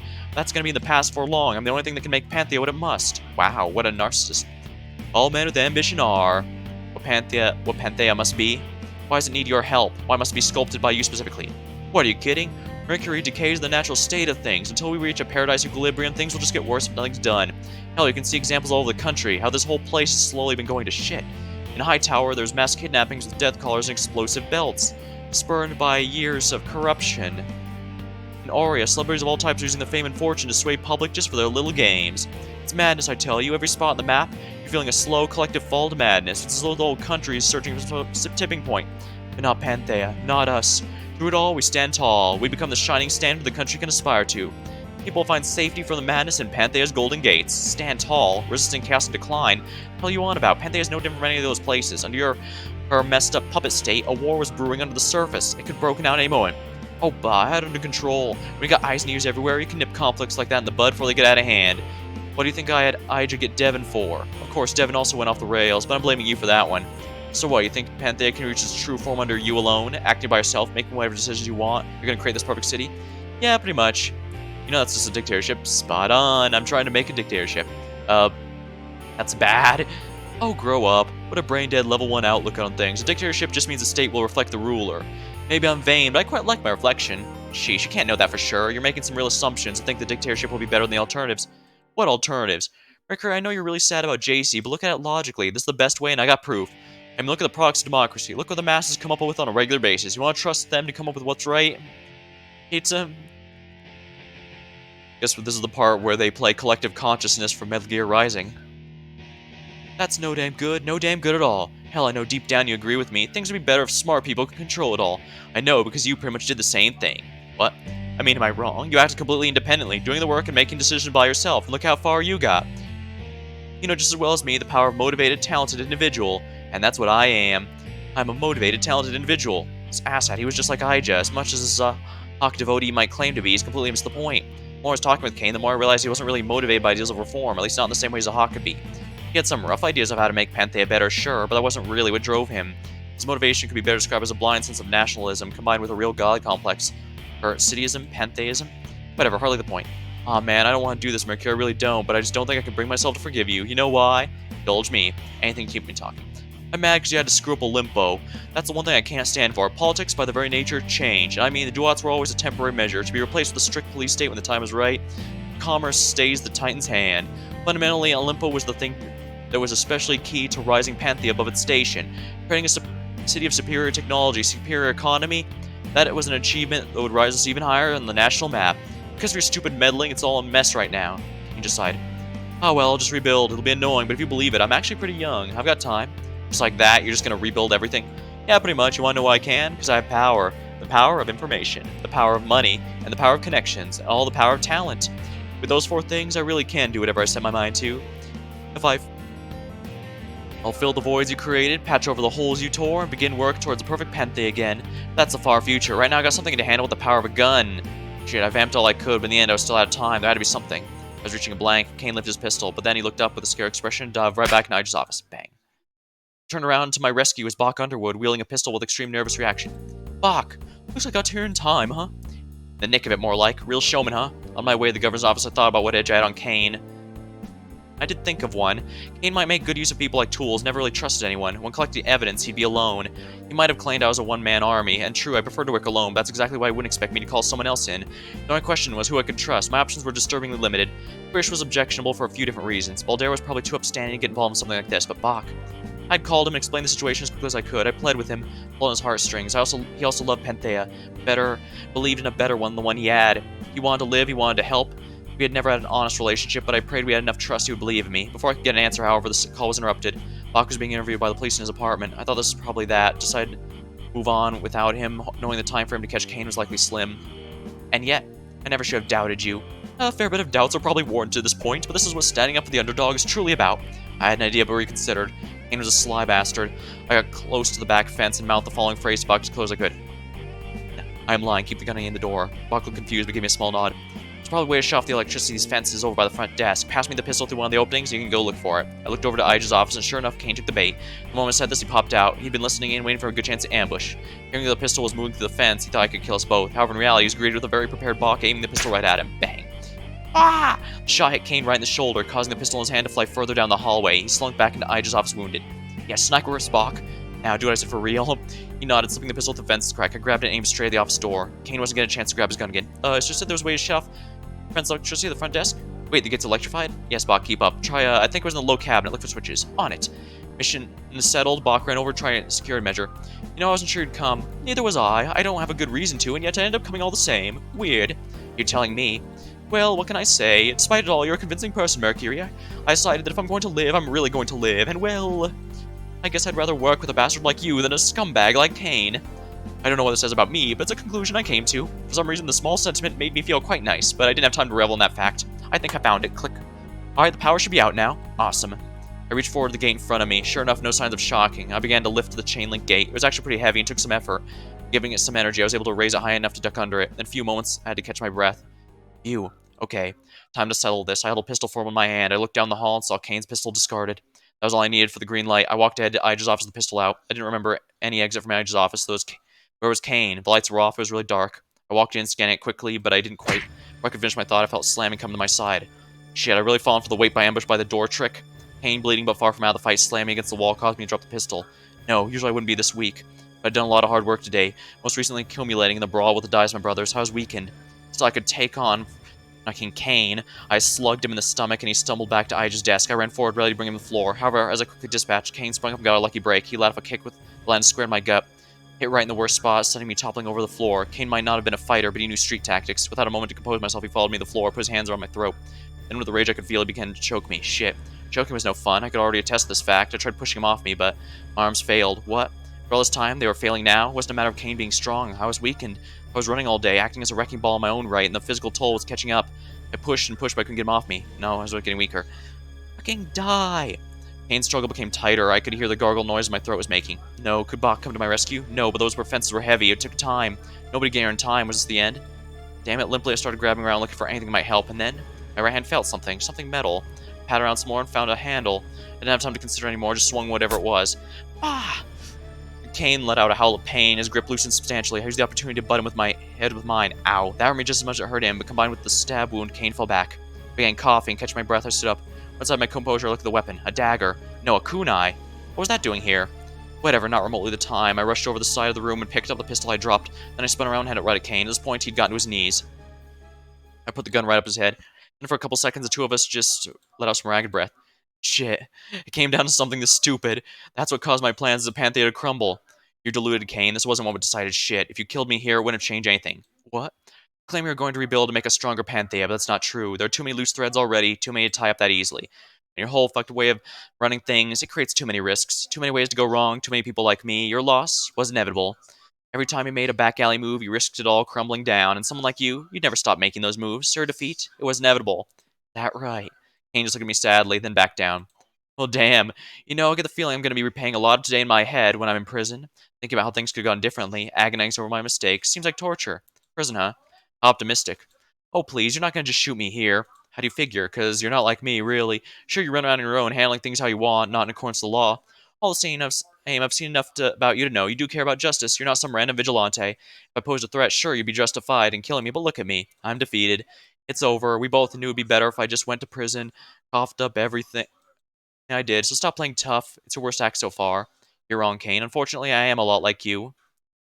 For JC, bang. With the pull of a finger, I sent a bullet straight through Kane's head. Moments later, he lifelessly slumped to the floor. I looked at the body before me. It was over. I looked around a bit more and noticed Devon's body lying dead against another wall. Ija, too, she was limp in the corner. Dead or unconscious, either way, it was the end of the road for her after all this. At this point, Bach made his way in the room. He looked around for a moment, taking it all in. Ooh, yeah. Good thing you didn't die? Yeah, good thing. It was pretty close, too.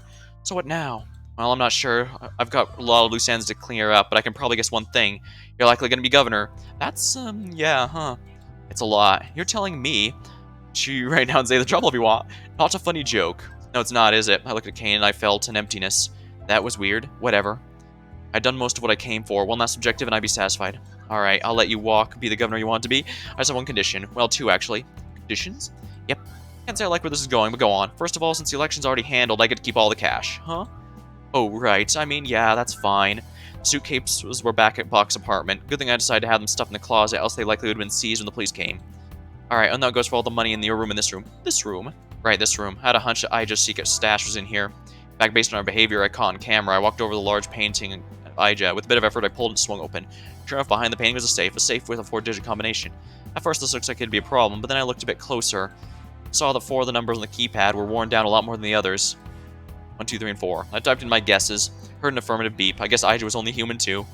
Opened the safe and was met with a glorious sight. Stacks and stacks of cold hard cash. Whoa. Whoa, indeed, my friend. It was indeed a sight to behold. I took a few steps back, then I looked around the room. Kane, bullet to the head. I just slumped across the wall. Safe, filled to the brim with money. I'd gotten everything I came for. Revolution, revenge, and a tremendous payout. It was my complete victory, and I felt... Well, what do you know? Like I said, I'll hold my tongue. We're not quite done yet, are we? No, I'm just here to rule in that bet of ours. Sorry, but as you can see, you bet wrong. Your chips are lost. But what if I gave you an opportunity to win some back? Right now, it looks like the roads line perfectly for Bach to come in and claim governorship. Think it'll be that simple? Or something toward him, something you've forgotten? What do you think? Always the pessimist, huh? Although I suppose it's questionable if that's pessimistic outcome, isn't it? Alright, now here's the rub. How much are you willing to bet on that?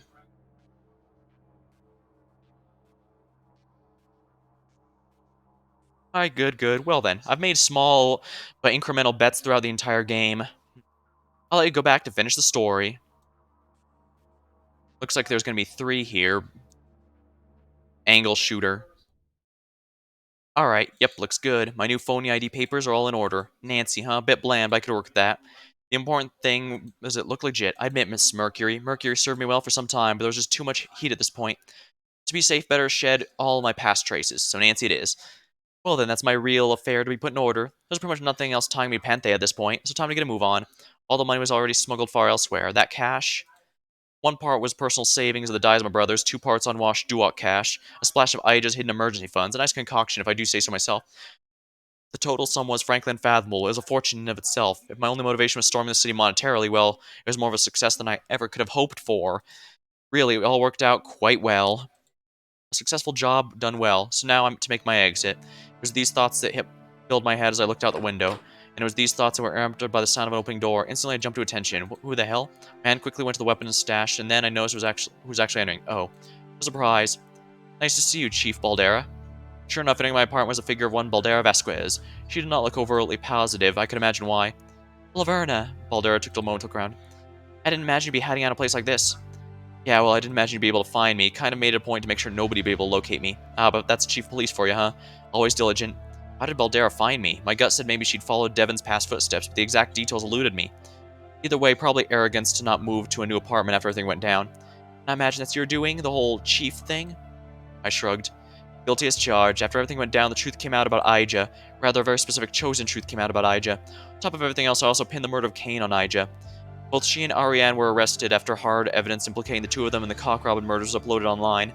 Miss Ija got a bit too careful in keeping insurance and the like. Anyways, Bach's involvement with Ija was absolutely left out of this little truth bomb. And since Ija was categorically denying all of it, people didn't think the least boy clip was anything more than it was. Kind of a dick and literally under arrest, the choice between kind of a dick and literally under arrest, the choice was clear. Bach won the election in a landslide a mere few days later. Of course, his involvement as well, the entire truth was likely to come out soon enough as a more thorough investigation was being conducted. That'd be a fire for Bach to put out later. For now, at any rate, the new governor was tasked with appointing Ariane's replacement. Favor to me, Baldera was made chief of police. You know, didn't really feel like thanking you. Fair, I wasn't asking you to. Baldera just slanted sagely at this. I have to ask Laverna, was any of it real? Huh? Did you actually like me? I think you prefer I only spoke the truth of this conversation, after all. I would. I respect you a lot, Baldera. I think you're a great person, more than that, a truly great person, which is very rare. If I didn't, I wouldn't have made you chief of police in the first place, but like you, to be honest, I couldn't stand your uber-optimistic smile, peppy attitude. It was irritating, frankly. There's a lot of time in my life I could be friends with overtly positive people, but that time is long past. Sorry, Baldera. If there's any consolation, you're already fighting an uphill battle. It's not my nature like cops. I have quite disdain for them, if honest. Because you're a criminal? Because they failed to do anything for the people who killed my father. It was in their inaction that sent me into a hell of a life. There wasn't a good response to that. Disdain for cops, disdain for criminals, disdain for the rich, disdain for politicians. Feels like I got a lot of that. There's a lot to be disdainful about. I don't want to be caught up in a conversation of semantics, Baldera. Well, I'd love to stay and chat for a while. Unfortunately, you just caught me on my way out. Out of this apartment or out of Panthea? Sharp, Baldera. Very sharp. You're quite good, you know that? What's the play here, Laverna? You spend the rest of your life running away? I take the riches I plunder and live a life of luxury. Sure, I'll have to keep a low profile, probably to myself, but I can do whatever I want, I will. That's sad. What? That's sad? What a load of horseshit. What are you talking about? What's sad about that? I just said I could do whatever I want. I got my hands on an unimaginable amount of money. I killed the person who killed my best friend. I tore apart the systems that drove my friend to that point single-handedly. I did everything I came here to do. I won. Baldera continued to look at me with pity. Disgusting pity. What was her angle here? Whatever, she was thoroughly irrational. I wasn't sure why I was listening to her in the first place. Well, whatever. Why'd you come here? You said it's not to thank me. I'm under the impression you did anything good. What? Think you're some kind of hero? Of course not. I'm the one thing, a liar. But at the same time, I did kind of unravel a huge conspiracy that's been strangling the city for decades. I don't know, that probably evens things out, you know? Probably counts for something if I had to weigh it. I'm not deserving of the look you're giving me at the very least. Laverna, you need to understand me right now. You've not left Panthea better than before. You've not brought about justice, not really. What you've done is proverbially thrown a Molotov into a hostage situation. Now you're just walking away. Molotov into a hostage situation, huh? I didn't remember you engaging in such prose, Baldera. Maybe Laverna rubbed off on you more than you care to admit. I'm serious, Laverna. Well, I'm not. The hell are you talking about? Look outside, Laverna. Look what's happening on the streets. The Duats have devolved into total civil war. It's a bloodbath. It's merciless. They're only made worse by the fact our economy's in flames. So many people are losing their jobs with the whole Olimpo dissolution shit. We might not have liked Olimpo, but Panthea's economy's been built to top it for decades now. Fucking that up again has created chaos, and that's not even mentioning the political state of things. The chief police and the governor have been exposed for horrible corruption. Now a barely qualified ding-dong is sitting in office. By what? By default?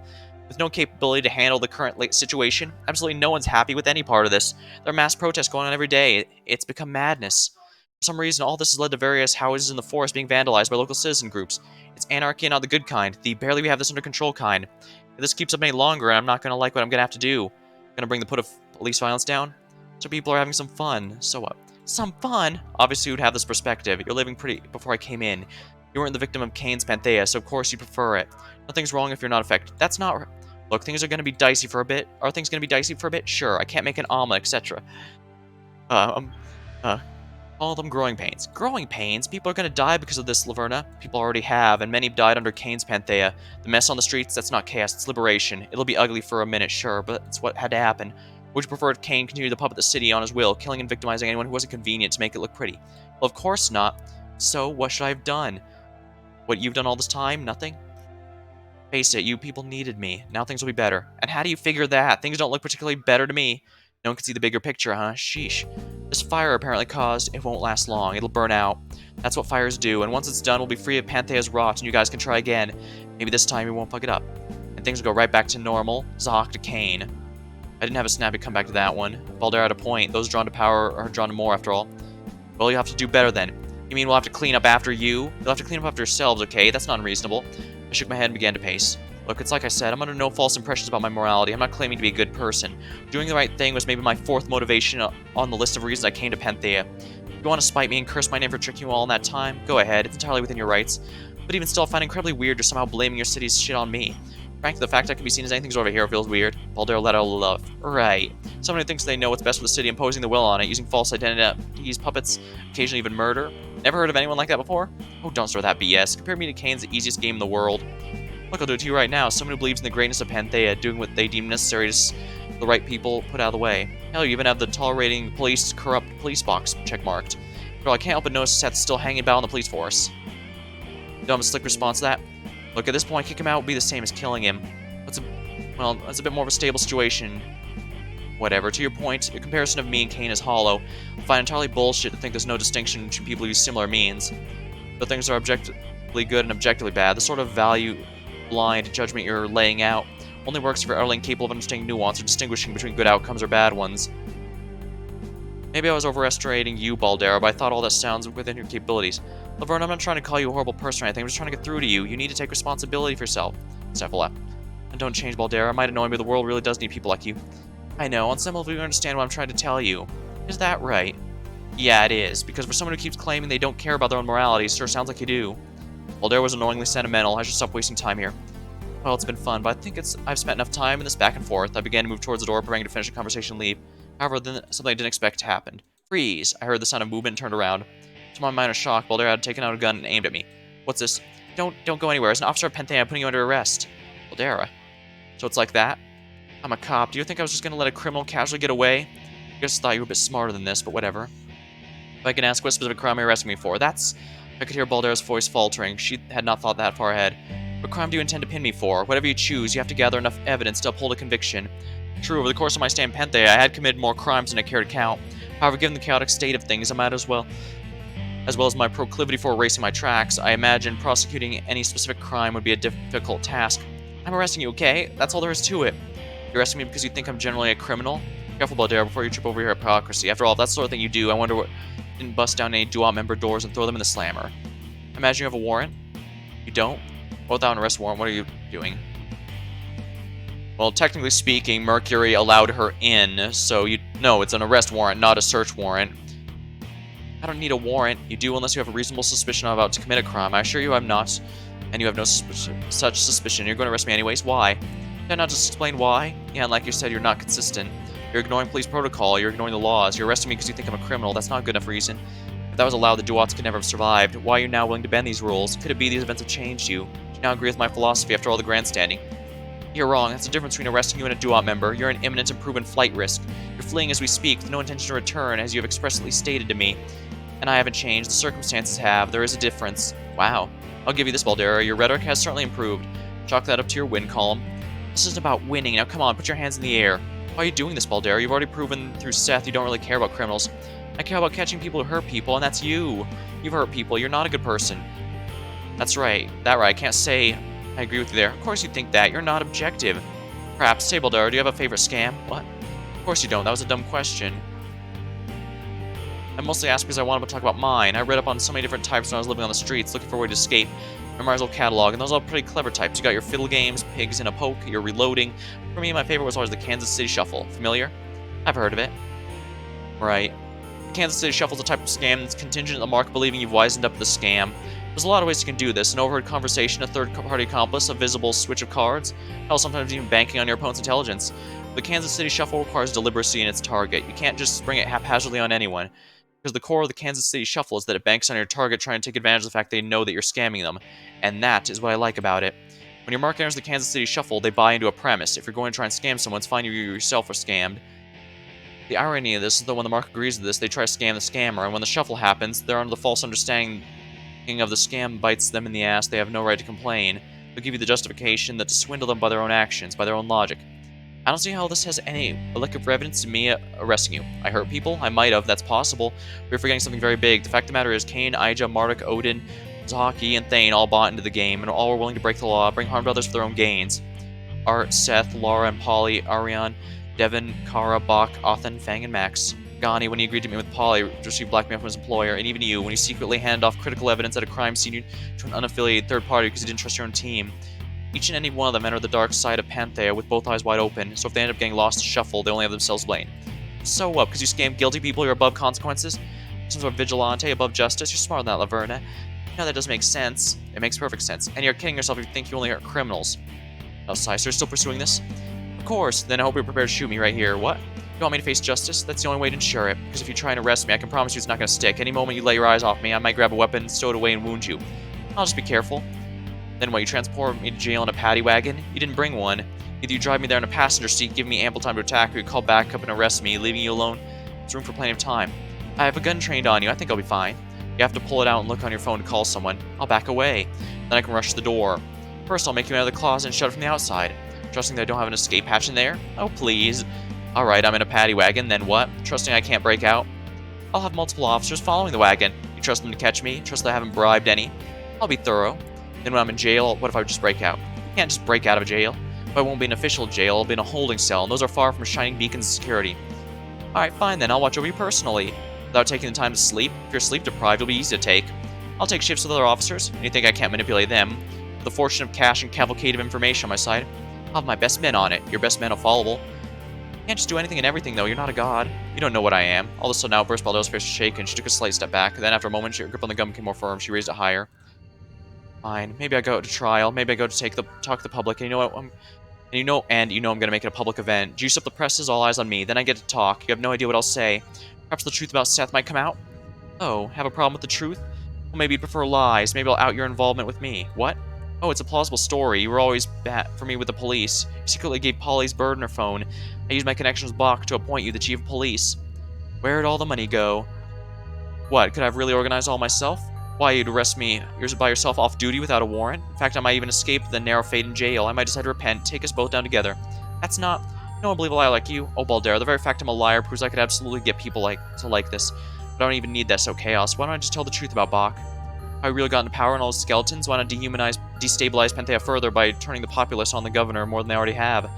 Actually, if I really wanted to destabilize Panthea, I have many ways to do that. The truth about Kara, the truth about Issa, the truth about Athen, lies about Odin, lies about Gani. There's no end to what I could do, Baldera. Truth lies. It doesn't matter. Put me on trial and weave both together. It's just stupendous fact. You think Panthea's on fire now? Which so I can really do? Bluffing. Like you said, you were rational. You wouldn't do all this for petty revenge. No, but I would do it to get my own ends. If I make Panthea unstable enough, surely there's plenty of opportunities I would cause. Going to jail, I'm going to need opportunities to escape. The more chaos there is, there's more opportunities there'll be. I kept walking towards the door and I heard movement. Baldera was clearly aiming her gun once more. You're not going to shoot me. And why not? Why shouldn't I? Because if you shoot me, you're as bad as me. And if you're just as bad as me, why are you shooting me? Stupid logical fallacies aren't going to save you. No fallacy, just pure logic. Except if you shot me, you'd actually be even worse. People I took down, they're liable to do actual harm. There's something to be gained from taking them down. What's putting a bullet in my head going to accomplish, Baldera? And now surely you understand I'm a rational actor. Just by investing my money, I can live happily for the rest of my life. Why would I ever get involved with anything ever again? Especially when I have so many enemies, in law and criminal worlds. No, now I'm done with adventures. I'm going to spend the rest of my life laying low in moderate luxury. Doing a little of note. The only difference putting a bullet through my head is going to make is whether or not I live the peaceful life or not. Am I worthy of death or not? Is it worth breaking your principles to kill me? For sure I know your answer to that, but I've been caught off guard before. I didn't hear any movement behind me. Baldera wasn't putting her gun down, but critically, she wasn't shooting me either. That had to count for something. I had to turn around. Indeed, she had her gun pointed at me, but I saw her expression, and I knew she wasn't going to pull that trigger. She didn't have it in her. Per usual, I was just throwing out anything I had. To be honest, an act of idiotic arrogance. I hadn't really factored in the possibility Baldera would actually try something. I should have been on alert the moment she entered my apartment. When would I learn that underestimating my opponent would eventually be my undoing? Oh well, not likely to need to use a lesson after this. Why? Why? Why what? Although whatever you mean, I'm sure you can guess the answer. Some part of me told me even Baldera didn't know exactly what she meant by that question. I reached my pocket. Baldera tensed up. Easy, easy. Just hair trigger on this one. Bad trait for a cop, that. Just giving you this. I took out a small card. What's that? Here, take it. Or I guess you're holding on that gun and all. That's fine. You can just pick it up when you want. Tossed it at her feet. What's that? My number. Obviously not my phone number. We both know I'm not going to give you anything that could let you track my location. Being very thorough with the move, but no, that's a number you can use to get in contact. If you ever want to talk to me. No, it's not likely. If you ever need to get in touch with me, use that card. Can't promise I'll answer, but I'll guarantee I'll hear you out. Thank you. Don't mention it. I turned back around to walk out the opponent's door. Well, it's been real. You have a lot of work ahead of you, wrangling and sitting something half respectable, but made you chief because I knew you could handle it. You got an opportunity here to make Panthea actually worth raving about. Hopefully you don't blow it. Oh, stop, Laverna. There's desperation in her voice now. Please don't go. I won't even arrest you. Just please stay and help the city. Put your mind to good use. Please. It's like if you're running away like this, you'll just run by yourself for the rest of your life. I gave Baldera a wave without looking back. Live well, Baldera. And with that, I left the apartment. I left Panthea. Not quite done yet. Not quite. But first, while I have you, Bach became the governor, so you don't get paid. Simple as that. Okay, why not one final gamble? Baldera's given a card in case you wanted contact. Here's the bet. By the end of the final scene, does she use it?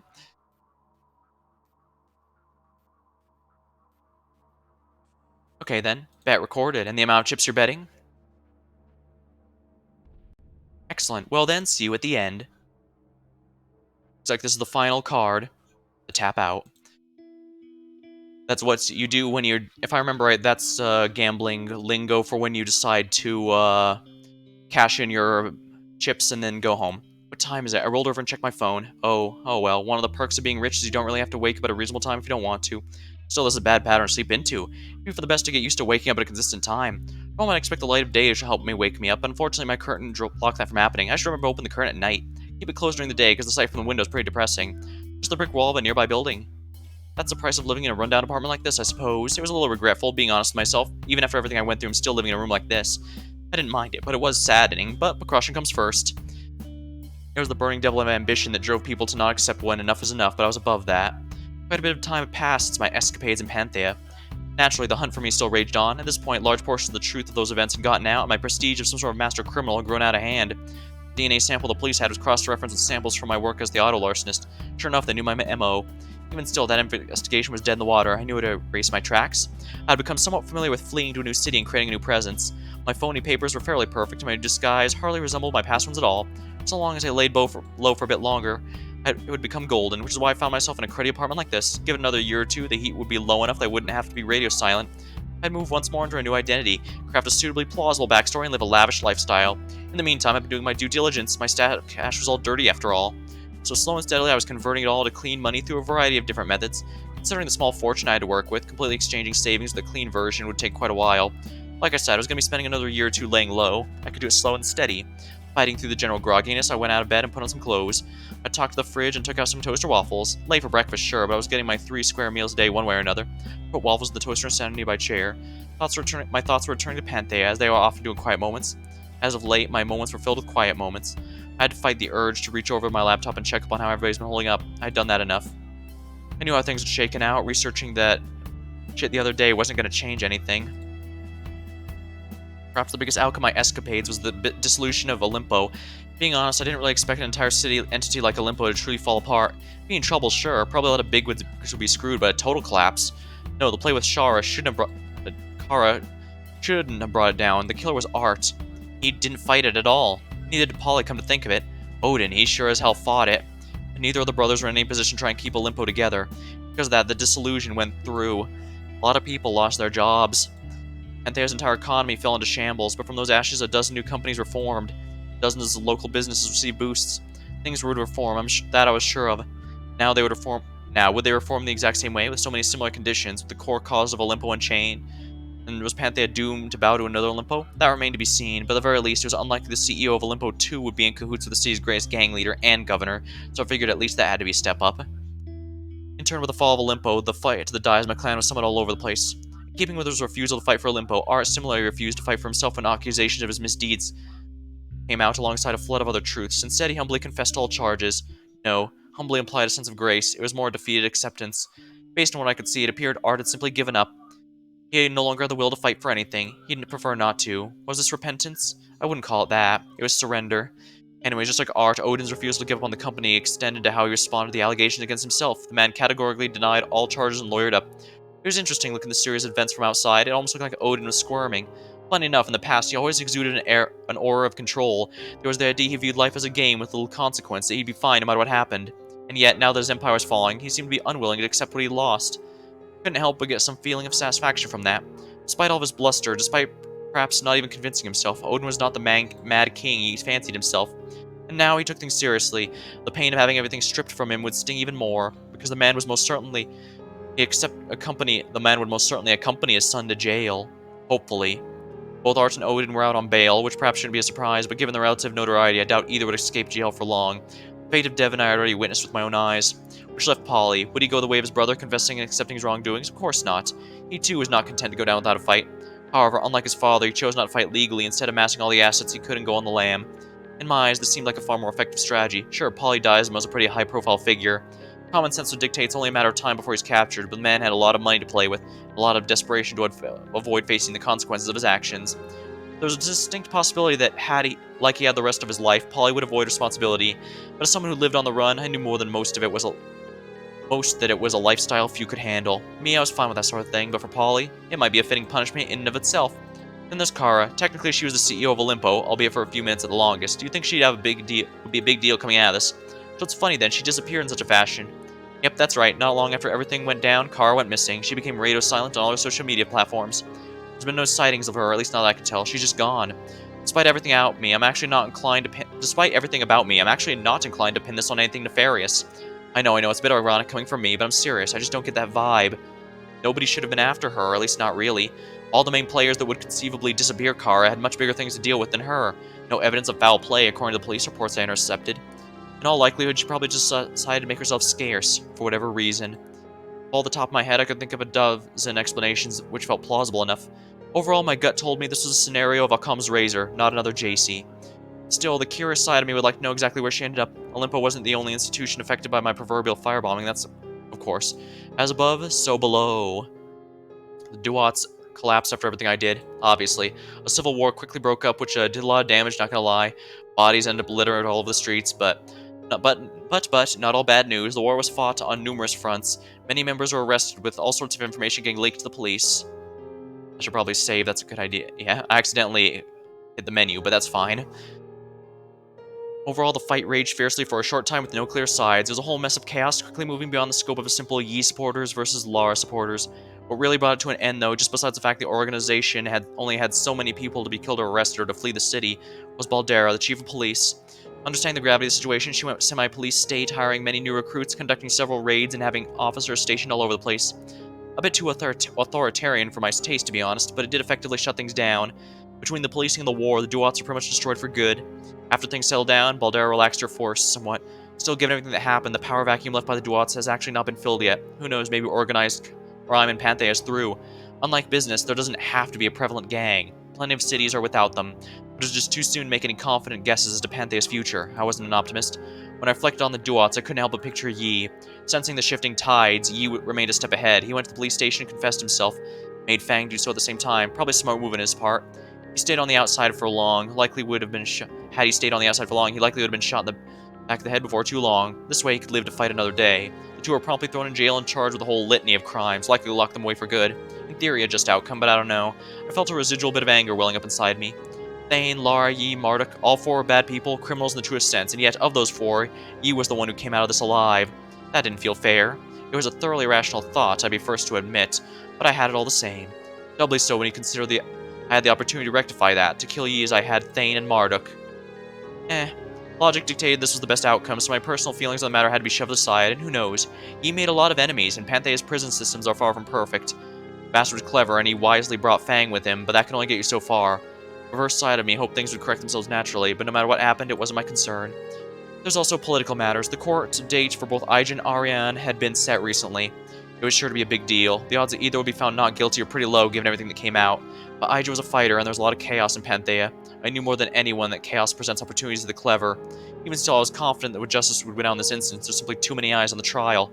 In the meantime, Aija and Ariane were imprisoned in a special wing of the prison under the justification they were unfit to be released to the general population. That might be true, but also smelled to me like a clear case of preferential treatment coming from the warden. Hope someone else remembered the connection between Aija and Warden Pei. Certainly. I was falling into the realms of conspiracy again. The point was, Governor Aija and Chief Ariane would face justice and spend the rest of their lives in prison for their crimes. That was justice. If it wasn't, I didn't know what was. Then moving on to Aija's successor, Porbach. He had only the best intentions. Under normal circumstances, I bet he would have been a decent governor. But Panthea, as I previously mentioned, was going through a bit of a rough patch when he entered office. Then just more and more the truth came out and the full scope of Bach's involvement with Aija was brought to light. Well, that was the last straw. On top of everything else, this revelation brought mass protests. Governor Underwood did the best he could, but his best wasn't enough. That's when the national government stepped in. Yeah, no, apparently dealing with threats inside Panthea was only half of Governor Aija's job. For just as long as she spent dealing with her own city, she spent much time keeping the nation out of it. Made sense. Honestly, it's surprising I hadn't considered this angle sooner. So yeah, just catching up on how much of a general shit show Panthea had become, the nation decided to step up and clean up before Panthea became even more of an embarrassment to the country than it was.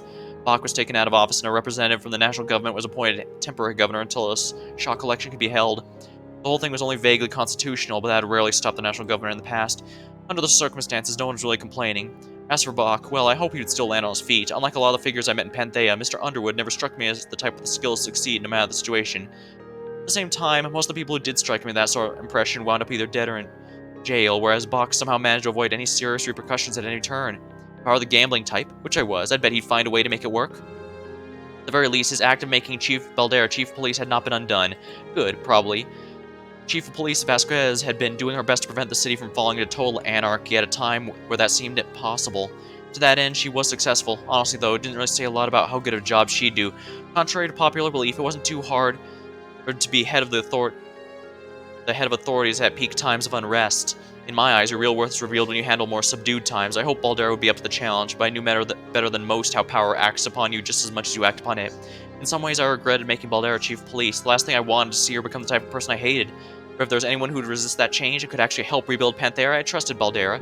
To my surprise, she actually used the number to try and get in contact with me. I didn't think she'd ever use it, certainly not this soon. I stood corrected.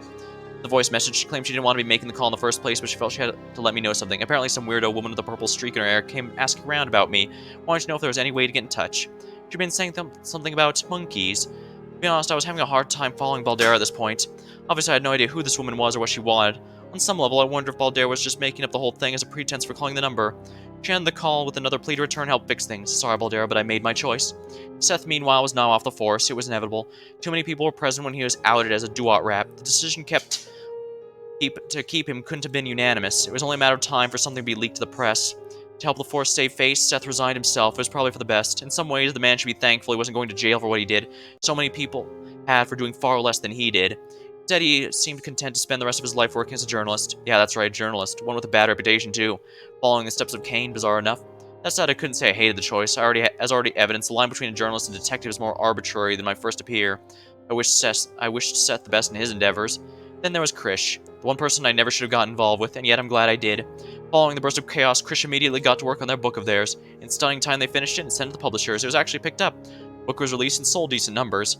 This thanks to Krish leveraging their position in all this chaos to increase their notoriety. Smart. The book was a fictional crime story, something of a thriller, though with a slightly fantasy twist. I noticed that one of the characters bore a suspicious resemblance to me, and they weren't exactly portrayed in the greatest light. Fair enough, I purchased a copy of the book, and with a red pen, I wrote all over it, giving my feedback, highlighting the positive and changes. I sent the book to Krish. Who knows if they'll ever get it, much less read it, much less appreciate. Still, after I felt a bit of peace, I was glad I did it. At this point, my waffles had been ready for a while, and yet instead of grabbing them, I stood up and began pacing. I like to pace when I was lost in thought. Help me think. Panthea, City of Opportunity. The moniker couldn't be more accurate right now. The place was filled to the brim with potential. Yes, potential. Maybe I'd change nothing. Maybe out of the chaos, a similar system would be formed. More corrupt politicians, more oppressive business, more senseless criminal violence. Certainly, all these things were possible, but it wasn't such a pessimist to think they were inevitable. Some people like to say shit like everything comes at a cost, life is zero-sum. I can't disagree more. I am actually with our protagonist Mercury on this.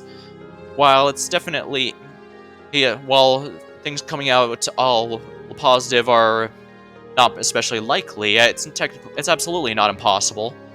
Well, it's brain-dead logic to think that things can't improve across the board.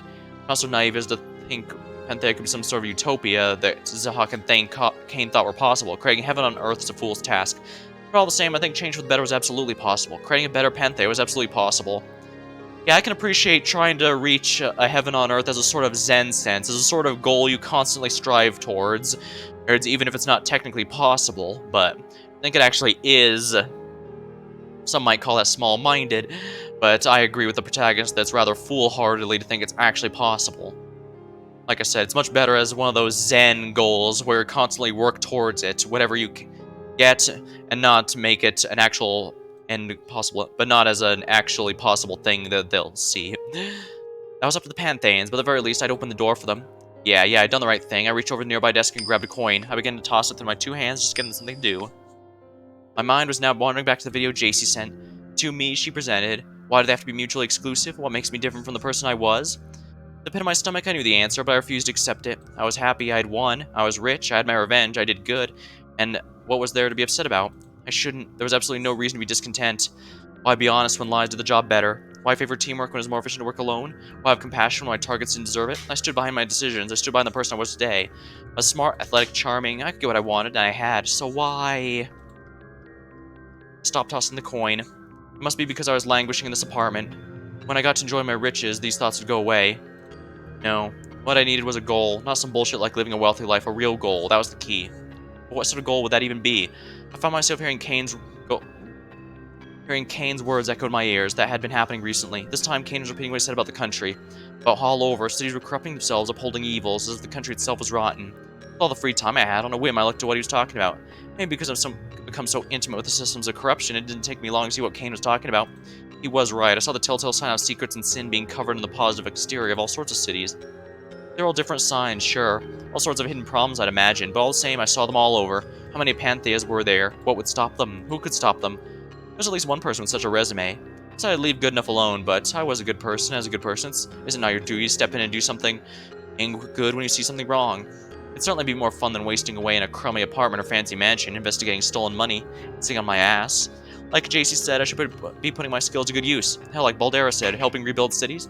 Not my skill set, but tearing down bad ones? That was something I could get behind. Was this a really stupid idea? Probably, but should I go through with it? I couldn't say. Then looked down at the coin in my hand.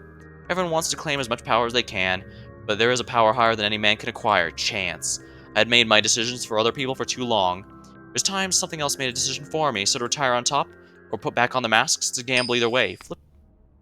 Ah, don't you love a cliffhanger? I mean, it's not much of one. I know what happened, as do you. But still, it's nice, just in the abstract sense. Well, first things first, we gotta sell any lingering bets. For instance, your bet Baldera wouldn't get in contact. And while Mercury hasn't, gotten back to her, Baldera did use the card, so I'm ruling this as your loss. Sorry. But I have one more question for you, and it's a big one, so listen up. Do you think the story had a happy ending?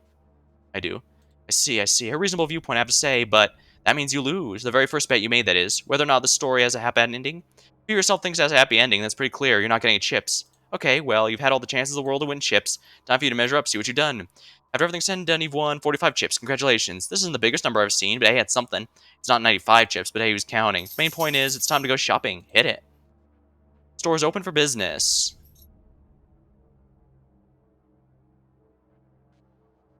Ask someone else about the story. Ask Ez about the story.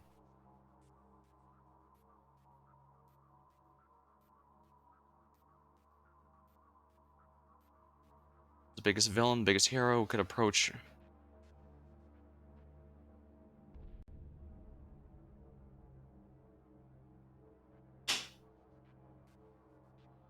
about the story. Someone else? What is that even? It's working? Okay, excellent. Themis. What's up with the Zodiac Island? What's next? Thanks for stopping by. Whoa, that was weird. Just got a wicked headache. Alright, let's forget about that.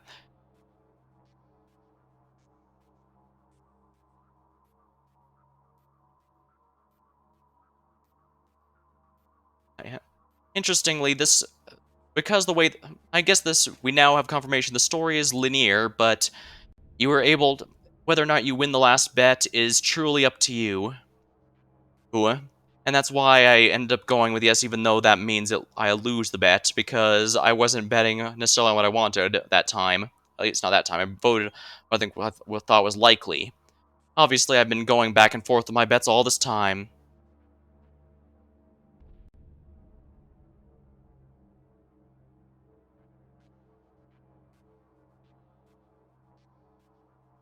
Now, interesting. The player character being someone important is rather interesting. Yeah. Now, there's a few ways I can get all of these, but I can only get so much because I only have 45 chips. The good news about making this now, throughout this whole game, you've been seeing my general gambling style. Small bits, based on how confident I am. I rarely make very especially large bets. And while that is safe, you can see the flaw here. I was able to have plenty of fun, sure, but my payout was not especially large as a result. Had I risked it all, I could have run out of chips very easily, but I also could have gotten a much bigger payday. But that's risk and reward. I suppose it's been, the developer mentioned last time, the developer mentioned last time that you can learn a lot about people based on how they play, and I have seen, YouTube videos that also go into the same thing. Indeed, like I said, you can see a lot about how I play my cards, even outside of gambling, just from how I played this particular game. Sometimes I go with what I think is likely, even if I don't like the other way. Sometimes I go for things that are more interesting, but in the general sense, I play things pretty conservatively. I don't take too many big risks, even if I'm going for more interesting answers. Perhaps that says something more about my personal life, or maybe it's just how my brain works when I try and analyze things. I'll admit difficult. It's difficult, if not impossible, to properly self-analyze. Perhaps someone watching this will be able to analyze it better. Or who knows, maybe I'll change my mind. I've mentioned it several times in the story that some bets I regret. Some I I'm still kicking myself about that misclick, even if it wasn't really that much. I only bet like 5 chips if I remember, so it's not like too much would change, but it's definitely worth thinking about at the very least. Doors open for business. Goodies. Grab bag. True card names. Oh dang, I'm a bit from getting these. I definitely like these. Fine. Now, I understand that my little gauntlet of wits and wagers has been challenging. Some scrubs may have struggled to get as many chips as they wish. Still, I am a benevolent god, so I'll give you an offer. I shall let you make chips here. You're welcome, but of course it can't be easy. Otherwise, what's the point of any of this? So you can mine for chips, but odds of successfully mining will be slim, and you can only mine a single chip at a time. Ready to get to work? Alright, picks up Rise in Mind. Strike your pick. Ah, dud. Shame. Wanna try again? Ah, dud. I'm starting to get the odds of getting one.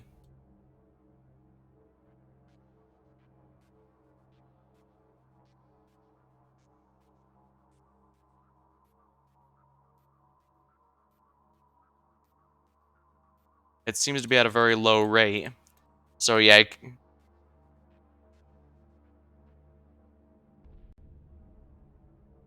alright, either it's a low rate or I need to get a second mine showing up in order to get it.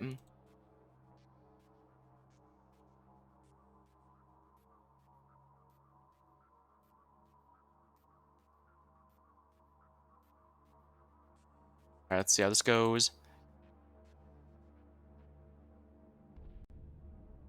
Good work, Addies. Your reset. Narrator's commentary. Keep the shop door open.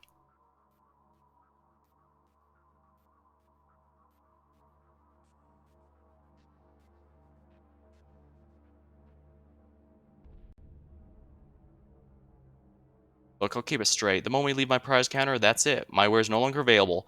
Hate to do it to you, but scarcity is what keeps my prices high. But if you're, say, fork over chips right now, I'd make an exception. Interested in propping open the door as we speak? Alright, you can come back anytime you like. If I'm gonna grind this off stream, I'll probably open narrator's commentary and stuff like that, but this time I might not. I probably won't do it on stream. Done shopping? Okay, then. Well then, I suppose the burden of bringing this whole sword affair to a close falls on me, but that doesn't feel right.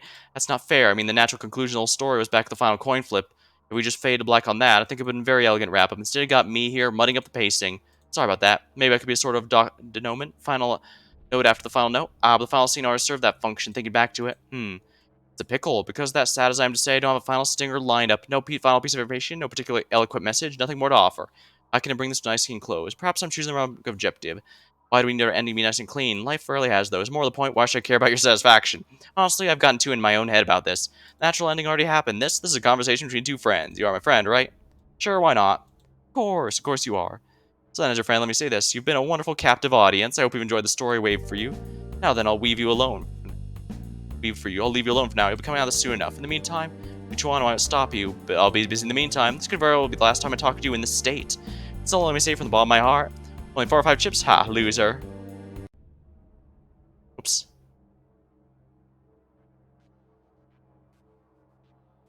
Well, that's what happens when you do my gambling style. Perhaps I should have been a bit more exciting since I've been streaming it. Well, I guess it doesn't really matter. Still, this seems like as good a time as any to leave it off. But that was the Divine Deception. As per usual, I'm probably going to have even more to think about the game as after the stream ends proper, but I mean, you probably saw that if you watched the Zodiac trial playthrough, I had quite a bit more to say on it during the bonus extra where I went through developer commentary. Well, I guess I can at least say I did genuinely enjoy the story. I had a lot of interesting intrigue, and there were actually, looking back, there's actually quite a few hints towards what was going on. I mean, the Mercury, Duat ship Manjet investigation and the fake Thane storyline here being directly connected was definitely one of the biggest ones. And you probably noticed I was starting to wonder if that might be the case for more of these. I mean, heck, Mercury even pokes fun at people for falling for the twin siblings thing right away. And I guess that's probably why our host Ez here split everything up like that. Although, yeah, in this state, I do wonder if she's perhaps some sort of watcher being rather than an ordinary person. Especially since we have confirmation she is not Mercury like I thought. She is a completely unrelated party who is speaking with Sarah and interviewing others. That was very interesting. Very not sure what else to say, but I'm glad I went through this game. I like the story quite a bit. Not sure if I like it more or less than Zodiac Trial. I probably need time for this for things to settle in my mind before that, especially since there's not too many good stories like that involve death games like Zodiac Trial did, but this one is a pretty good tale of political intrigue, murder, or scams and all that fun stuff. And the betting was a nice little framing device to keep it all together. I kind of wish I had done more of the Devon storyline alongside all the others, but I guess it didn't matter since I was able to, his was a bit separated from the others anyway. Interestingly, I think the order I went in ended up working out rather well. Alright, well, until next time, thank you for watching, hope you had a good time. If you're watching this on YouTube, be sure to like, comment, and subscribe. You're statistically more likely to do so if I say it. Alright, well thank you, and I'll see you later.